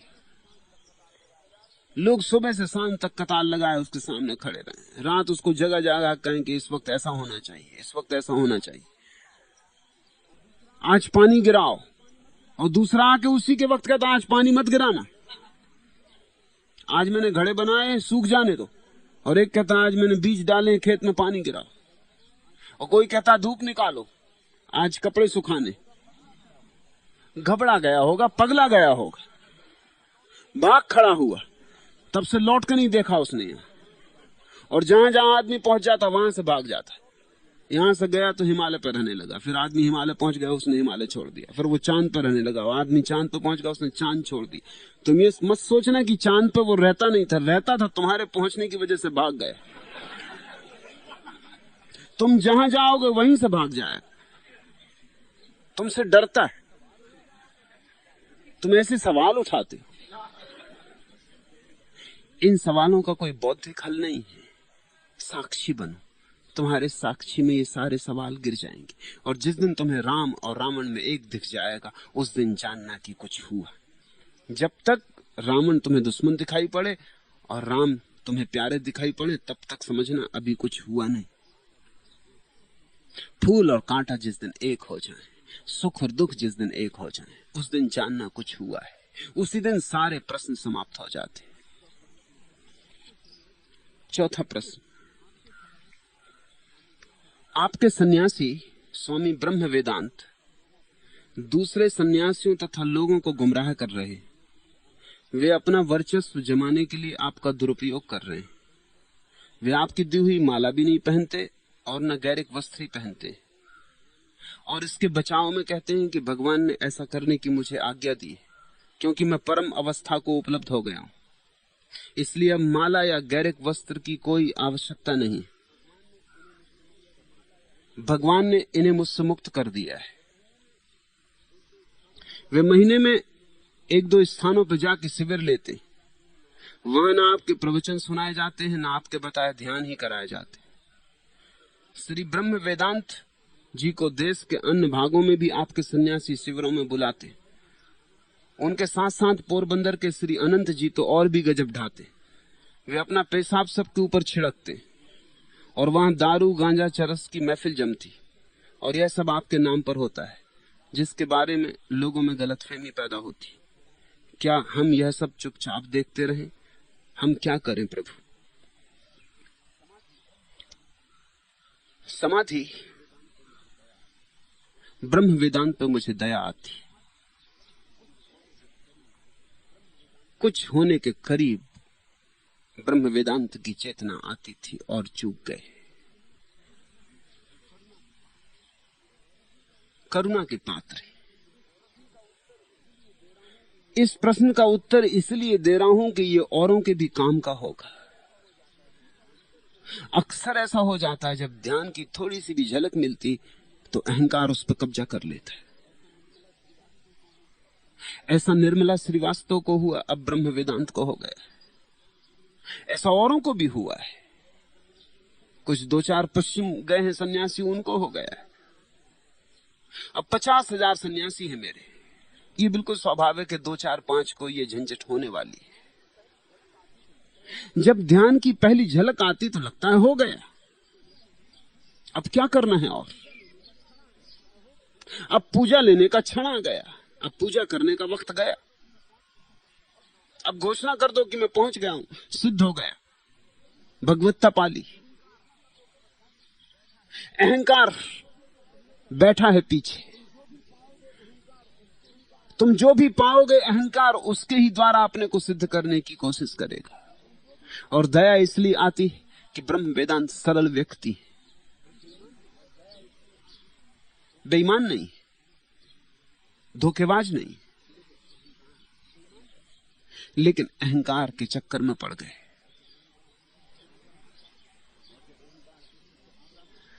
और जब अहंकार पीछे से आता है तो वो सब करवाएगा। वो कहेगा छोड़ो माला, क्योंकि अहंकार ये बर्दाश्त नहीं कर सकता कि तुम और किसी और की माला पहनो। छोड़ो गैरिक वस्त्र, अब तो तुम परम मुक्त हो गए। और मैंने कभी उनसे नहीं कहा है कि तुम माला छोड़ दो, और ना ही कभी कहा है कि तुम गैरिक वस्त्र छोड़ दो,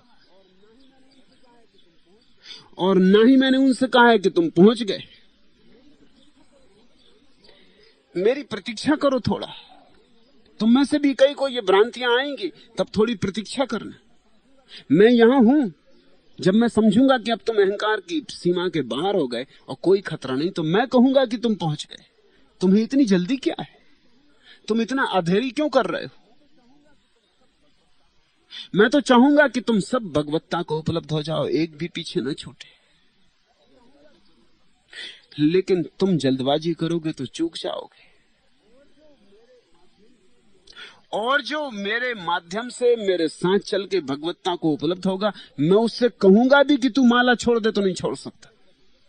मैं उससे कहूंगा कि अब छोड़ दे गैरिक वस्त्र, तो वो मेरी नहीं सुनेगा। वो कहेगा कि जिस सहारे में आया हूं उसके प्रति कृतज्ञता, उसके प्रति अनुग्रह का भाव। बुद्ध के शिष्य सारिपुत्र, मोग्गलान, महाकाश्यप ज्ञान को उपलब्ध हो गए। तो बुद्ध ने उनको कहा कि अब तुम जाओ और खबर पहुंचाओ लोगों तक। उन्होंने अपने पीत वस्त्र नहीं छोड़ दिए। सारिपुत्र को जब भेजा तो सारिपुत्र रोता हुआ गया। और जब उसके साथियों ने पूछा आप रोते क्यों, क्योंकि बुद्ध ने कहा कि तुम भी बुद्ध हो गए। उन्होंने कहा वो तो ठीक है कि मैं हो गया, लेकिन जिसके द्वारा हुआ उससे दूर जाना पड़ रहा है। इससे तो अच्छा था अभी न होता बुद्ध। सारिपुत्र के वचन बड़े बहुमूल्य। इससे तो अच्छा था अभी न होता बुद्ध। अगर मुझे यह पता होता कि बुद्ध छोड़ के जाना पड़ेगा मुझे बुद्ध होते ही, तो मैंने इसको टाला होता। उनके चरणों में बैठने का मजा ऐसा था, आनंद ऐसा था। बुद्धत्वता एक दफे छोड़ दी होती, ये तो फिर भी हो सकती थी कभी। लेकिन बुद्ध का संग साथ, उनका सत्संग गया। आज्ञा दी थी बुद्ध ने तो गया। लेकिन जहां भी होता था, सुबह सांझ जिस तरफ बुद्ध होते उसी तरफ साष्टांग दंडवत करता। उसके शिष्य पूछते हैं आप स्वयं बुद्ध हो गए, आप किसको दंडवत करते हैं, कोई दिखाई तो पड़ता नहीं। तो वो कहता मेरे गुरु उस दिशा में होंगे। उनकी तरफ अनुग्रह का भाव। रोता जब बुद्ध का शब्द आ जाता उसके मुंह पर तो उसकी आंखों से झड़ी लग जाती। तो जिसको हो जाएगा मैं कहूंगा तुम जल्दी मत करो। अब ब्रह्म वेदांत व्यर्थ की झंझट में पड़ गए, उपद्रव में पड़ गए। याद दिलाओ उन्हें कि इस भ्रांति को छोड़ें। अभी कुछ हुआ नहीं, होने के करीब था और हो सकता था, और इस उपद्रव ने सारे होने को अवरुद्ध कर दिया है। पूछा तुमने, आपके सन्यासी स्वामी ब्रह्म वेदांत दूसरे सन्यासियों तथा लोगों को गुमराह कर रहे हैं। गुमराह भी कर सकते हैं, इससे दूसरों को सावधान होना चाहिए। इस तरह की घटनाएं रोज घटेंगी, ये बिल्कुल स्वाभाविक है, सदा घटती रही।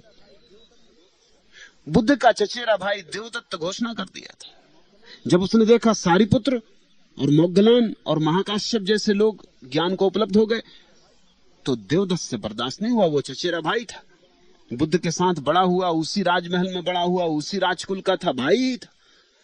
और दूसरों की घोषणा हो गई और मेरी घोषणा नहीं की बुद्ध ने। अब बुद्ध कैसे घोषणा करें, अभी घोषणा की बात ही नहीं आई थी, तो उसने खुद ही घोषणा कर दी।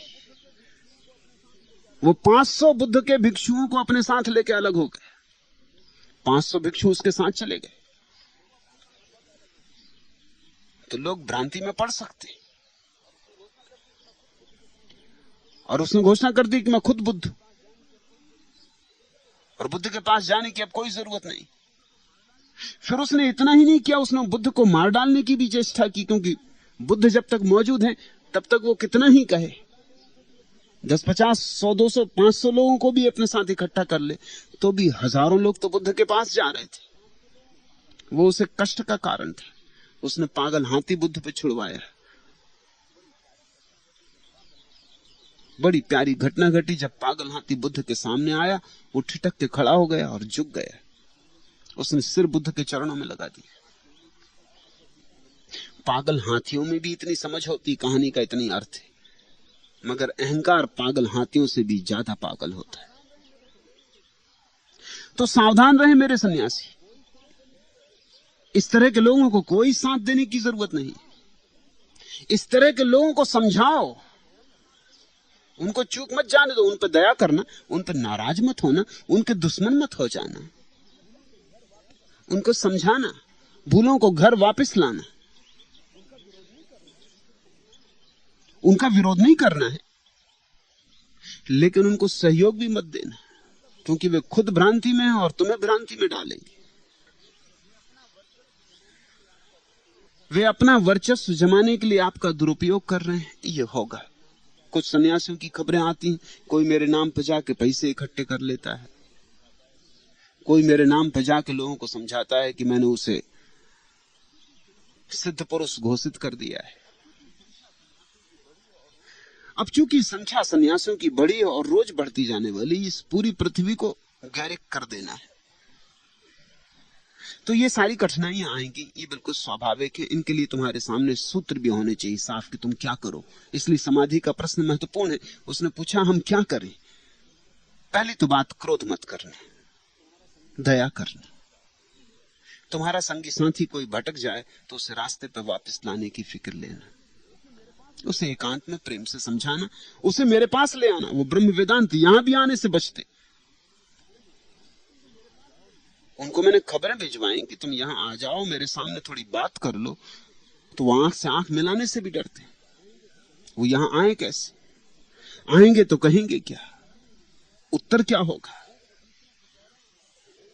जो झूठ वो दूसरों से कह रहे हैं वो मुझसे तो नहीं कह सकेंगे। मैंने तो उनसे कभी कहा नहीं कि माला छोड़ दो, कि गैरिक वस्त्र छोड़ दो। मैंने कभी कहा नहीं कि तुम पहुंच गए हो।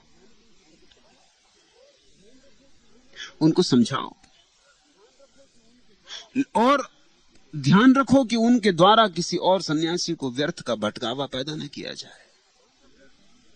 उनके शिविर इत्यादि लेना बंद करो। अब मेरे सन्यासी सोचते हैं कि मैंने कह दिया है कि ब्रह्म वेदांत पहुंच गए, इसलिए अब इनका शिविर ले लो, इनका सत्संग करो। ब्रह्म वेदांत लोगों को लिखते हैं कि भगवान ने मुझे आज्ञा दी कि मैं प्रचार करूं।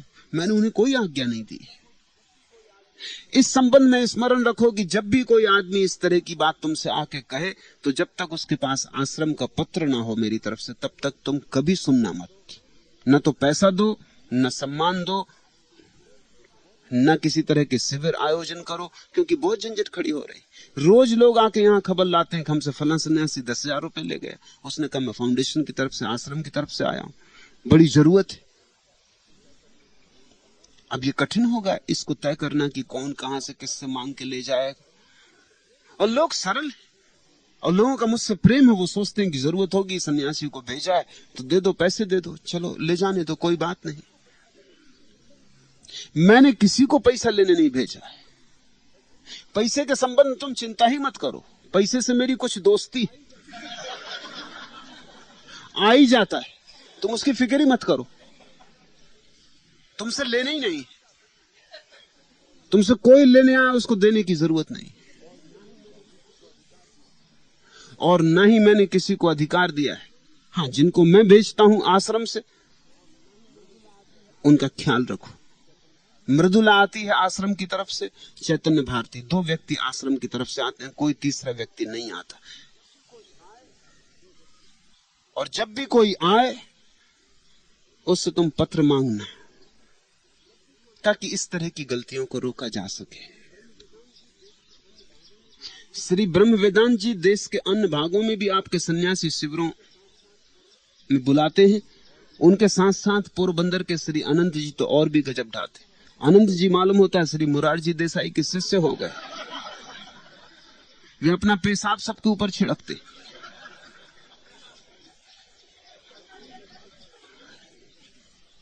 अनंत की तो कोई क्षमता नहीं है। अनंत तो व्यर्थ उपद्रवी है। ब्रह्म वेदांत की तो कुछ क्षमता थी। ब्रह्म वेदांत तो ध्यान के करीब आ रहे थे।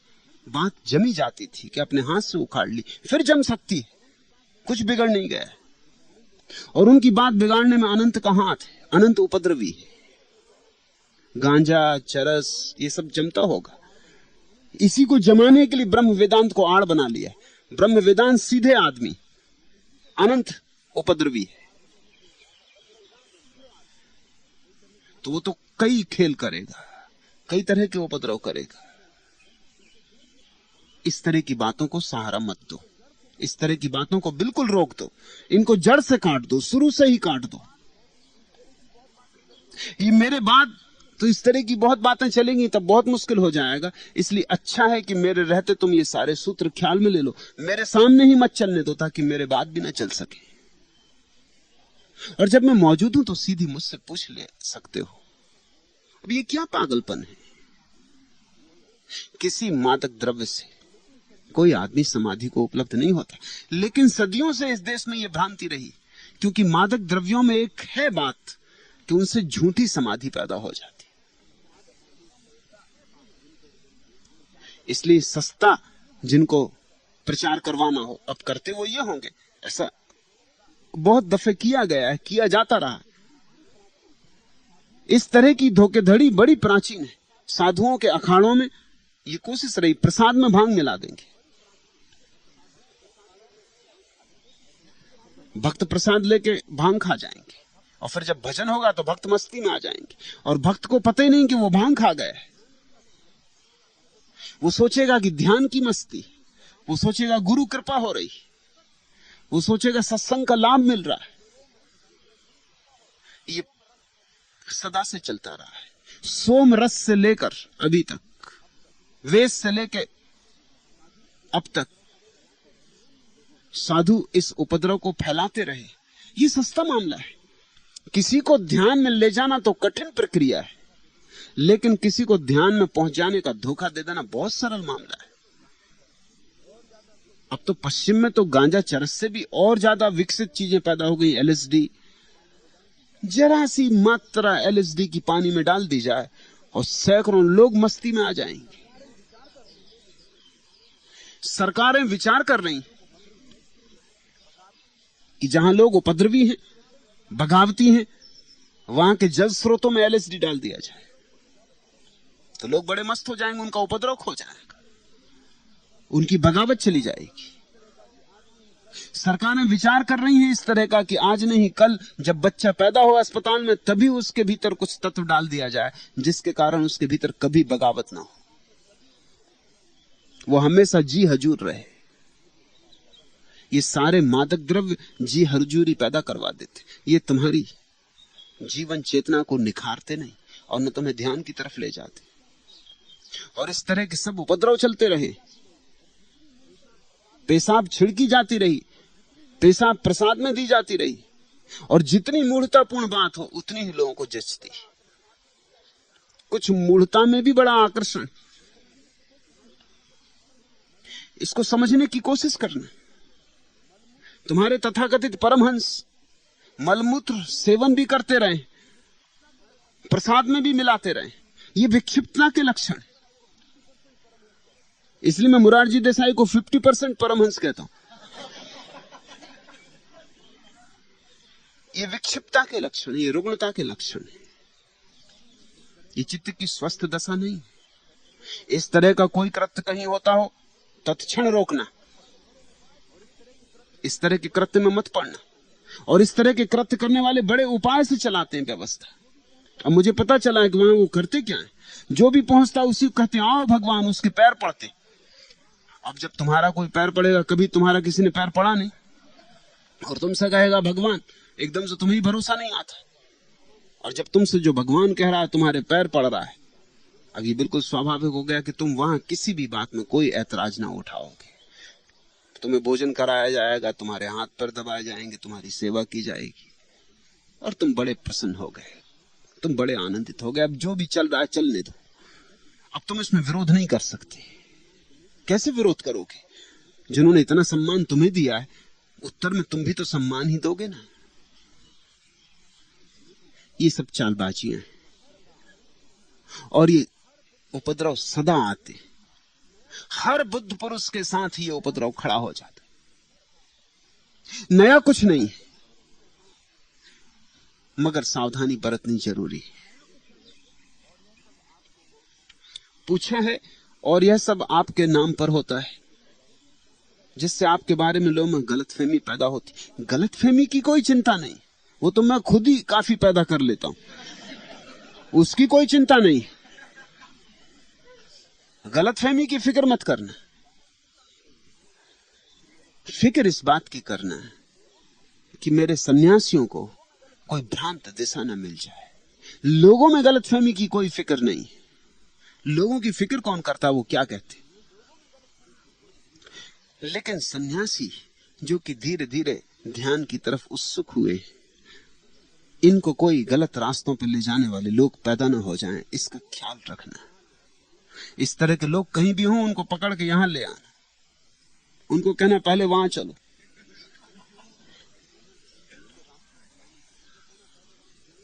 उनको रास्ते पे लाने की चेष्टा करना सब तरह से, और जाने अनजाने किसी तरह का सहारा मत देना। क्या हम यह सब चुपचाप देखते रहे? नहीं, जरा भी चुपचाप देखने की जरूरत नहीं। इसका मतलब ये नहीं कि तुम डंडे लेके और बम वेदांत या अनंत की कुटाई में लग जाओ, उससे कुछ लाभ नहीं होगा। चुपचाप नहीं देखना है, बड़ी करुणा से, बड़े प्रेम से। कोई साथी संगी तुम्हारा भटक रहा है, उसे वापस लाना है। करना तो कुछ होगा। और अगर सजग सन्यासी रहे तो इस तरह के उपद्रव नहीं हो सकेंगे, नहीं होने चाहिए। इनका रोका जाना एकदम अनिवार्य है।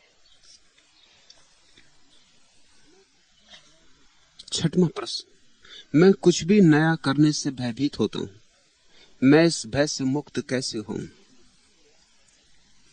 नया सदा ही भयभीत करता है, अपरिचित डराता है, लेकिन अपरिचय में ही विकास है, अनजान में ही यात्रा है। रोज रोज पुराने को छोड़ना है, रोज रोज नए में गति करनी है। जैसे रोज नया सूरज उगता सुबह, रोज नए फूल खिलते सुबह, ऐसे ही तुम्हारे जीवन में भी रोज नई रोशनी चाहिए, नए फूल चाहिए। किताबों में दबे हुए मुर्दा फूलों को लेके मत बैठे रहो। तुम्हारी स्मृतियां किताबों में दबे मुर्दा फूल है। अतीत के साथ मत उलझे रहो, सुविधापूर्ण है। साहस की कोई जरूरत नहीं है अतीत के साथ जीने में। कमजोर के लिए बड़ी सुरक्षा है, लेकिन अतीत में ही डूबे रहना तो फिर विकास कैसे करोगे, विकसित कैसे होगे? नया पुकारता है रोज रोज। परमात्मा नित नया है, नित नूतन है। जो नए में उतर सकता है वही परमात्मा को जान सकता है। पुराने के प्रति रोज मरना है और नए के प्रति रोज जन्मना है। और ये समय की धारा जो जा रही है तुम्हारे पास से फिर नहीं लौट के आएगी। एक क्षण भी खोना मत। अतीत के साथ, पुराने के साथ गंवाया गया हर क्षण व्यर्थ गया। हे मन के अंगार, अगर तुम लौना बनोगे, छार बनोगे। जल्दी करो। अगर तुम्हारा जीवन एक ज्योति नहीं बन सकता है, अगर अंगार लपट के लौ नहीं बन सकता है, तो जल्दी ही राख हो जाए। फिर एक अवसर गया। ऐसे ही बहुत अवसर तुमने खोए, अब इस अवसर को मत खो। मेरे साथ होने का पूरा लाभ ले लो। हे मन के अंगार, अगर तुम लौ न बनोगे, छार बनोगे। जो न करेगा सीना आगे, पीठ उसे खींचेगी पीछे। जो ऊपर को उठ न सकेगा, उसको जाना होगा नीचे। अस्थिर दुनिया में स्थिर होकर कोई वस्तु नहीं रहती है। हे मन के अंगार, अगर तुम लौ न बनोगे, छार बनोगे। ध्यान रखना, यहां कुछ भी स्थिर नहीं है। या तो आगे जाओ या पीछे जाओ, जाना तो पड़ेगा ही। वैज्ञानिक कहते हैं स्थिर होना असंभव है, कोई चीज स्थिर नहीं। या तो रोज रोज नए जीवन में प्रवेश करो, या रोज रोज पुरानी मृत्यु में दबते जाओगे। छोड़ो भय। भय से भर भय करो, और किसी चीज से भय मत करो। जलना अर्थ उन्हीं का रखता जो कि अंधेरे में खोयों को हाथों के ऊपर अवलंबित आकुल संकेत द्रग कोयों को आशा का आश्वासन देकर जीवन का संदेश सुनाते। जो न किरण की रेख बनोगे, धूल धुएं की धार बनोगे। हे मन के अंगार, अगर तुम लौ न बनोगे, छार बनोगे। हृदय मिला है, उसमें चाहो तो सारा संसार बसा लो। जिसका चाहो जी बहलाओ, जिससे चाहो जी बहलाओ। कंठ मिला है जो भीतर से उठता है बाहर बिखराओ। भार बनोगे मन के ऊपर जो न सहज उद्गार बनोगे। हे मन के अंगार अगर तुम लौ न बनोगे छार बनोगे। राख हुआ जाता है जीवन, प्रतिपल राख की परत पर परत जमी जाती। अंगार को लपटने दो, अंगार को लौ बनने दो। नए का भय क्या, नया तो जीवन है। नए का भय क्या, नया तो परमात्मा है। लेकिन बहुत लोग राख होने में सुविधा पाते। बहुत लोग मरने के पहले मर जाते। बहुत लोग ऐसे जीते हैं जैसे कब्र में हो। खोलो द्वार दरवाजे मन के, परमात्मा रोज दस्तक देता है, उसकी दस्तक सुनो। नए के साथ जाने में ही तुम्हारा विकास है। नए के साथ ही तुम आकाश में उड़ सकोगे। भूलें होंगी और वही कारण है डर का। हर एक आदमी को यह समझाया गया है बचपन से, भूले मत करना। उसके कारण भय पैदा हो गया कहीं भूल ना हो जाए। पुराने काम में भूल नहीं होती क्योंकि जाना माना, वही वही तुम करते रहते हो, करते ही रहे हो, वही वही करते रहते हो, भूल नहीं होती। एक बात तय होती कि भूल नहीं होती, मगर सबसे बड़ी भूल हो गई कि तुम मुर्दा हो गए, तुम जिंदा ना रहे। मैं तुमसे कहता हूं भूलों से भय मत खाओ। भूलें करने वाले ही जीवन में कुछ सीख पाते। एक ही बात याद रहे, वही भूल बार बार ना हो। नई भूल रोज करो, नई भूल इजाद करो, जाग के भूल करो, ताकि भूल से कुछ सीख लो और भूल का कुछ परिणाम हो जाए। भूल तो पीछे छूट जाएगी, लेकिन भूल से सीखी जो बात तुमने, उसकी सुगंध तुम्हारे साथ सदा रह जाएगी। भूलें करके ही तो आदमी सीखता है। परसों एक जर्मन सन्यासी ने मुझसे पूछा, ईसाइयों की कहानी, एक बाप के दो बेटे थे। दोनों बेटे आपस में बड़े विपरीत थे। बड़ा बेटा तो बड़ा पुरातन पंथी, रूढ़ग्रस्त। छोटा बेटा बड़ा बगावती, विद्रोही। दोनों में बनती भी नहीं थी। बड़ा बेटा तो लीक लीक चलता, लकीर लकीर चलता, लक्ष्मण रेखा के बाहर कभी ना जाता। छोटा बेटा लक्ष्मण रेखा के भीतर ही ना आता, वो बाहर ही बाहर जाता। आखिर झगड़ा इतना बढ़ गया कि बूढ़े बाप ने उन दोनों को अलग कर दिया। संपत्ति बांट दी गई। छोटा बेटा अपनी संपत्ति लेके शहर चला गया। छोटे गांव में क्या संपत्ति का करोगे, सुविधा नहीं। चला गया होगा उन दिनों की बंबई, उन दिनों का कलकत्ता। खूब लुटाया, जुआ खेला, शराब पी, वैश्यागमन किया, सब तरह के पाप किए, सब तरह की भूलें की। जल्दी ही भिखारी हो गए। बड़ा बेटा खेत पर काम करता रहा, गायों की देखभाल करता रहा, संपत्ति बढ़ाता रहा। 10 साल में बड़े बेटे ने तो संपत्ति कोई 5 गुनी कर ली। छोटा बेटा बिल्कुल भिखारी हो गया, भीख मांगने लगा।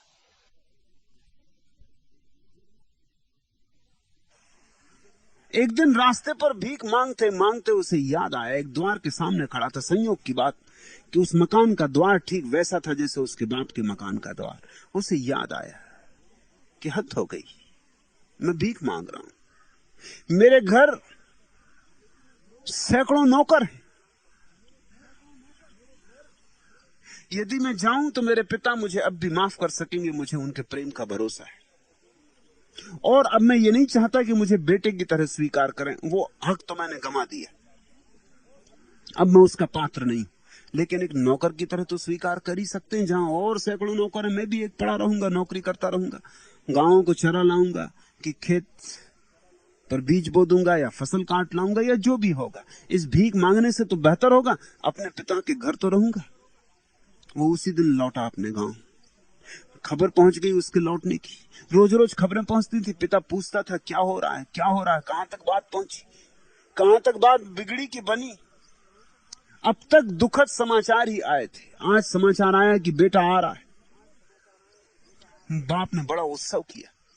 सारे गांव को भोज पर निमंत्रण दिया, बैंड बाजे बजवाए, फूल लगवाए, दिए जलवाए, दीपमाला,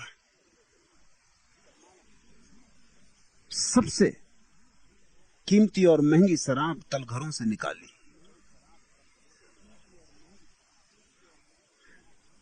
बहुमूल्य से बहुमूल्य भोजन तैयार करवाए। बड़ा बेटा तो खेत में काम कर रहा था, उसे कुछ पता नहीं था। दिन भर की धूप दोपहरी में काम करके जब वो लौट रहा था तो रास्ते पर गांव में उसे किसी ने कहा कि हद हो गई, अन्याय की भी एक सीमा होती। तुम्हारे बाप ने बहुत अन्याय किया तुम्हारे साथ, तुम इसके पास रहे, इसकी सेवा की, इसकी आज्ञा का पालन किया, तुम्हारे लिए कभी बैंड बाजे न बजे, और तुम्हारे लिए कभी गांव को भोज न दिया गया, और तुम्हारे लिए कभी शराब की कीमती बोतलें न निकाली गई। आज तुम्हारा छोटा भाई, वो सुपूत वापस लौट रहा है, उसके स्वागत में ये सारा आयोजन, और तुझे कुछ पता है? बेटे ने सुना तो उसकी छाती धक से हो गई। उसने कहा, ये अन्याय। आज तक मैंने कभी पिता की किसी बात का विरोध नहीं किया, लेकिन आज बर्दाश्त मैं भी ना कर सकूंगा। वो आया बड़े क्रोध में, अपने बाप से बोला कि क्या हो रहा है, मेरे लिए कभी स्वागत नहीं। बाप ने कहा, तू तो मेरे पास है, लेकिन जो भटक गया था वो वापस लौट रहा है। तूने कभी कोई भूल ही नहीं की, लेकिन जिसने बहुत भूलें की वो भूलों से जाग गया, वापस लौट रहा है। इसलिए उसका स्वागत जरूरी है। जर्मन सन्यासी ने मुझसे पूछा, वो एक ईसाई पादरी की पत्नी है, वो भी मेरे सन्यासी। उसने पूछा कि मेरे मन में सदा ये सवाल उठता है कि बड़े बेटे के संबंध में क्या, छोटे बेटे का स्वागत हो रहा है तो ठीक है, मगर बड़े बेटे के संबंध में क्या? मैंने उससे कहा, बड़ा बेटा सिर्फ कहानी को पूरा करने के लिए, बड़े बेटे का जन्म ही नहीं हुआ, क्योंकि जिसने भूले नहीं की उसने कुछ सीखा ही नहीं। जो कभी दूर नहीं गया वो पास भी नहीं आ सकता। बड़ा बेटा पास है मगर पास नहीं आ सकता, क्योंकि दूर ही नहीं गया। ये जीसस की कहानी बड़ी प्यारी है। ये कह रही, भूल करो, डरो मत, क्योंकि भूल से ही तो सीखोगे। भूल जब सूल बन के चुभेगी तभी तो तुम जागोगे, और हर भूल कुछ सिखा जाएगी। उसी भूल को दोहराना मत। दोहराने में क्या सार है? फिर भूल को ही दोहराने में लकीर के फकीर मत हो जाना। जो आदमी रोज रोज नित्य भूलें करता जाए और साहस पूर्वक करता जाए और हर भूल से कुछ सीखता जाए, उसकी संपदा विकसित होने लगती। वही व्यक्ति किसी दिन प्रज्ञा को उपलब्ध होता है। उसी व्यक्ति के जीवन में बुद्धिमत्ता के मेघ घिरते, उसी के जीवन में ज्ञान की वर्षा होती। एक तो ज्ञान है जो किताबों से मिलता है, वो कचरा है, और एक ज्ञान है जो जीवन से मिलता है, वही बहुमूल्य है। तुम ध्यान रखना, जिसने पाप ठीक से नहीं पहचाना वो कभी पुण्य को नहीं पहचान पाएगा, और जिसने संसार को ठीक से नहीं देखा वो परमात्मा के पास नहीं आ पाएगा। ये संसार परमात्मा के पास आने के लिए ईजाद की गई भूल है। ये परमात्मा के द्वारा ही ईजाद की गई भूल है। ये उपाय है, ये अवसर है तुम्हें भटकाने का, तुम्हें बुलाने का।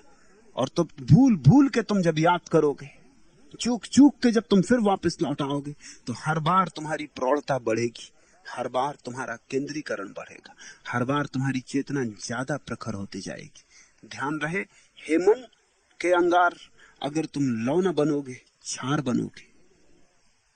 जो न करेगा सीना आगे, पीठों से खींचेगी पीछे। जो ऊपर को उठ न सकेगा, उसको जाना होगा नीचे। अस्थिर दुनिया में स्थिर होकर कोई वस्तु नहीं रहती है। हे मन के अंगार, अगर तुम लौ न बनोगे, छार बनोगे। जो न किरण की रेख बनोगे, धूल धुएं की धार बनोगे। भार बनोगे मन के ऊपर, जो न सफल उद्गार बनोगे। हे मन के अंगार, अगर तुम लौ न बनोगे, छार बनोगे। भूल से भयभीत न हो, वही भय कि कहीं भूल ना हो जाए। इसलिए घर के भीतर छिपे रहो। गोबर गणेश बने बैठे रहो, कहीं भूल ना हो जाए। मैं तुमसे कहता हूं भय छोड़ो, निकलो घर के बाहर, भूले होने दो, बस एक भूल दोबारा ना हो, इतना स्मरण रहे। जल्दी ही भूलें चुक जाएंगी और जल्दी ही तुम पाओगे सभ्य स्नात ताजे तुम हो गए, अभी अभी नहाए तुम हो गए। और तब जीवन एक नया ही आविर्भाव लेता है, एक नया रंग। जीवन एक नई धुन लेता है, एक नया गीत। जीवन आनंद बन जाता है। जीवन के उस आनंद बन जाने का नाम ही ईश्वर का अनुभव है।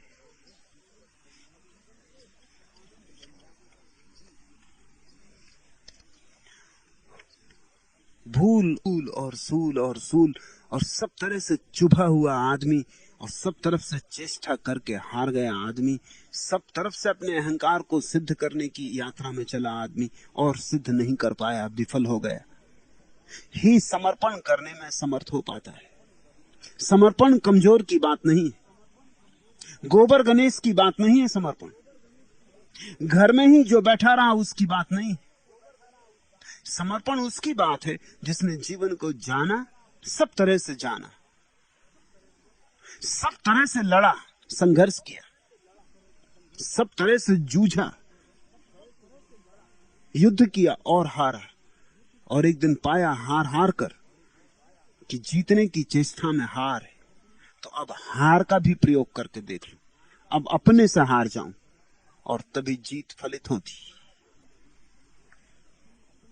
एक तरफ साने खुदी मानिए इजहार भी है, जब ते गम दिल की नजाकत पे मगर बार भी है, लुत्फ दोनों से उठाते हैं उठाने वाले। जिंदगी निकहते गुल भी है, खल से खार भी है, फूल भी है और कांटा भी। जिंदगी निकहते गुल भी, खल से खार भी है, लुत्फ दोनों से उठाते हैं उठाने वाले। लेकिन जो जानता है वो दोनों से ही रस ले लेता है, दोनों का ही मजा ले लेता है, दोनों का स्वाद ले लेता है। एक तरफ साने खुदी माने इजहार भी है, जब्ते गम दिल की नजाकत पे मगर बार भी है, लुत्फ दोनों से उठाते हैं उठाने वाले। जिंदगी निकहते गुल भी, खल से खार भी है, मुनस्सिर हौसलिए दिल पे साबुत कदमी, जादे शौक तो आसान भी है, दुश्वार भी है। खुद को खोया है तो पाई है मोहब्बत तेरी, जिंदगी में यह मेरी जीत भी है हार भी। जीवन का परम विरोधाभास यही है कि वहां जो जीतने की चेष्टा करता है, करते करते हार जाता है। सब महत्वाकांक्षाएं विचलित हो जाती, सब आशाएं एक न एक दिन राख होके गिर पड़ती। उस दिन एक नया प्रयोग जीवन में उठता है। अब हार के देख लूं, अब स्वेच्छा से हार के देख लूं, वही समर्पण है और उसी हार में जीत है। वाण विद्ध मरालसा में आ गिरा हूं अब तुम्हारी ही शरण में। बादलों के देश तक जब चढ़ गया था, जानता था लौट आना, जानता था है असंभव नीड़ बिजली की लताओं पर बनाना। मैं गगन को भूमि की आकांक्षाएं कुछ बताना चाहता था। वाण विद्ध मरालसा में आ गिरा हूं अब तुम्हारी ही शरण में, किंतु पश्चाताप करने के लिए तो मैं नहीं तैयार होता। नभ न मुझको खींच लेता तो धरा के वास्ते में भार होता। सिद्ध गिरकर कर दिया मैंने कि अपनी शक्ति भर ऊपर उठा मैं। आज कमजोरी नहीं कुव्वत बड़ी मेरी तुम्हारे जो चरण में। वाण विद्ध मरालसा में आ गिरा हूं अब तुम्हारी ही शरण में। कामना मेरी बड़ी मुझसे कि उससे मैं बड़ा यह जानना था। आदमी के तन नहीं मन हौसले का कद मुझे पहचानना था। रेख लोहू की लगाकर आ रहा हूं मैं अधर की मेखला पर। शक्ति अंबर में परीक्षित, भक्ति की लूंगा परीक्षा मैं धरणी में। वाण विद्ध मरालसा में आ गिरा हूं अब तुम्हारी ही शरण में। उड़ो जितने दूर तक उड़ सको, जाओ जितने दूर परमात्मा से जा सको, गिरोगे। वाण विद्ध मरालसा में आ गिरा हूं अब तुम्हारी ही शरण में।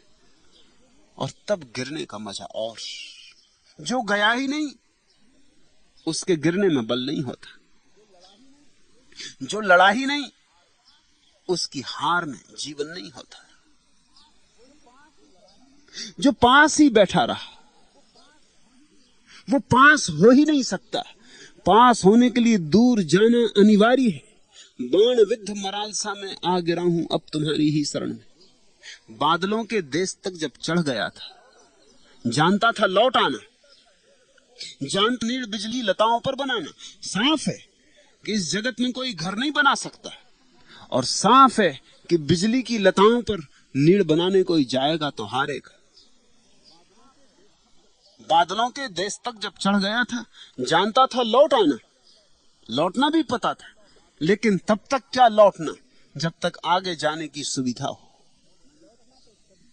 लौटना तो तभी सार्थक होता है जब आगे जाने का उपाय ही न रहा। आखिरी सीमा तक अहंकार जाता है तो ही टूटता है, गिरता है, समर्पित होता है। जानता था है असंभव नीड़ बिजली की लताओं पर बनाना, कौन नहीं जानता। पानी पर रेखाएं खींच रहे हैं, तैर रहे हैं, लेकिन तैराना जरूरी है। वे नावें डूबे तो हमें अनुभव, वे लकीरें मिटे तो हमें पता चले। मैं गगन को भूमि की आकांक्षाएं कुछ बताना चाहता था। वो जो दूर उड़ रहा था आकाश में, इस भूमि की आकांक्षाओं की खबर आकाश को देना चाहता था। किंतु पश्चाताप करने के लिए तो मैं नहीं तैयार होता। समझ लेना ये बात, जो सच में ही जीवन को जीकर जीवन में जाग कर लौटे हैं उन्हें पश्चाताप नहीं होता। वो परमात्मा से ये नहीं कहते कि हम पश्चाताप कर रहे हैं, कि हमसे भूले हुए। पश्चाताप क्या, क्योंकि उन्हीं भूलों के कारण तो परमात्मा मिला। पश्चाताप कैसा, अंधेरे को भोगा उसी से तो प्रकाश की तलाश पैदा हुई। पश्चाताप कैसा, पाप किया उसी पाप से तो पुण्य की यात्रा शुरू हुई। पश्चाताप कैसा, इसलिए मैं तुमसे कहता हूं पश्चाताप मत करना। पश्चाताप करने की कोई जरूरत ही नहीं। पश्चाताप का तो मतलब होता है हमने कोई भूल की थी, नहीं करनी थी, ऐसी कोई बात की थी। ऐसी कोई बात ही नहीं है जो नहीं करनी, सारी बात कर लेनी। कर लेने से ही बोध है, बोध से मुक्ति है। पश्चाताप ना समझ करते। समझदार जीवन को जीते हैं और जानते हैं कि जीवन परमात्मा ने दिया है, उसके पीछे राज है, ये पाठशाला है। किंतु पश्चाताप करने के लिए तो मैं नहीं तैयार होता। खींच लेता तो धरा के वास्ते में भार होता। वो जो आकाश ने खींच लिया था उसी ने मुझे पहली बार धरा पर आने की सुविधा दी। अब मैं भार नहीं हूं। नभ न मुझको खींच लेता तो धरा के वास्ते में भार होता। सिद्ध गिरकर कर दिया मैंने कि अपनी शक्ति भर ऊपर उठा मैं। आज कमजोरी नहीं, कुवत बड़ी मेरी तुम्हारे जो चरण में। ये कमजोरी के कारण नहीं गिरा हूं, जितनी शक्ति थी उतना तो मैं उठा था आकाश में। शक्ति चुक गई, सीमा आ गई। अब जो गिरा हूं कमजोरी के कारण नहीं गिरा हूं, शक्ति की उड़ान के कारण ही गिरा हूं। ये जो मेरी समर्पण की दशा है, ये अहंकार की अंतिम निष्पत्ति, यह परम विरोधाभास है। जो इसे समझ लेता है उसे जीवन में समझने को कुछ भी नहीं रह जाता।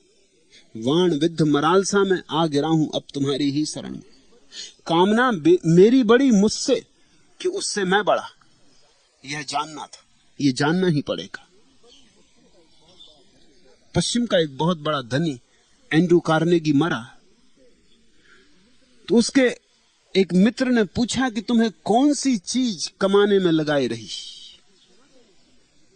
इतना तुमने कमाया। कहते हैं सबसे बड़ा धनपति था सारी पृथ्वी का, कोई 10 अरब रुपया छोड़ के मरा। कौन दौड़ाते ही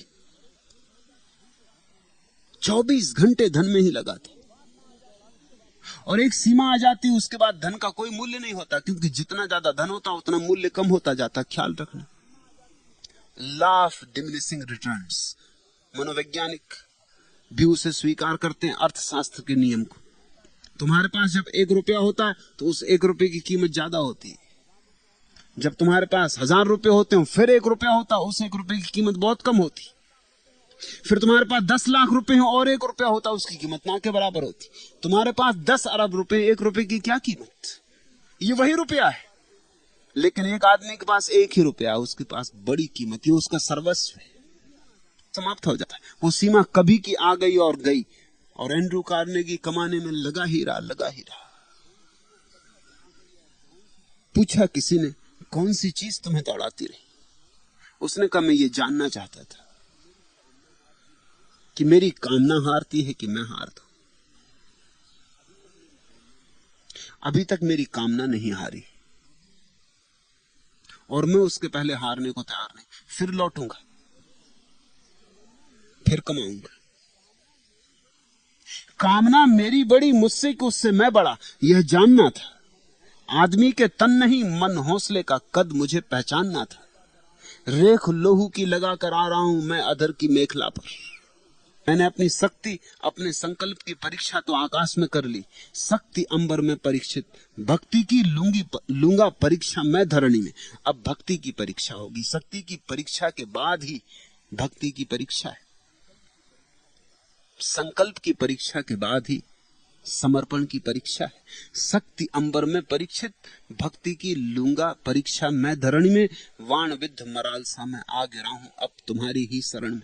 भय न करो, जीवन को जियो, ये परमात्मा का वरदान है। रोज रोज जियो, गहनता से जियो, सघनता से जियो, जरा भी भय न करो, अभय होकर जियो। भूलें करो, खूब करो, बस वही भूलें बार बार मत करो। और जल्दी ही वो घड़ी आ जाएगी, सब भूलें चुक जाएंगी। भूलों की सीमा, और जिस दिन सब भूलें चुक जाती, उस दिन तुम लौटोगे। परमात्मा भी तुम्हारे लिए उस दिन दीपमालाएं सजाता है। परमात्मा भी उस दिन तुम्हारे लिए फूल के हार तैयार करता है। उस दिन परमात्मा के द्वार पर तुम्हारा स्वागत है। मगर जाना तो होगा दूर। दूर जो गया वही पास आ सकता है। आज इतना है।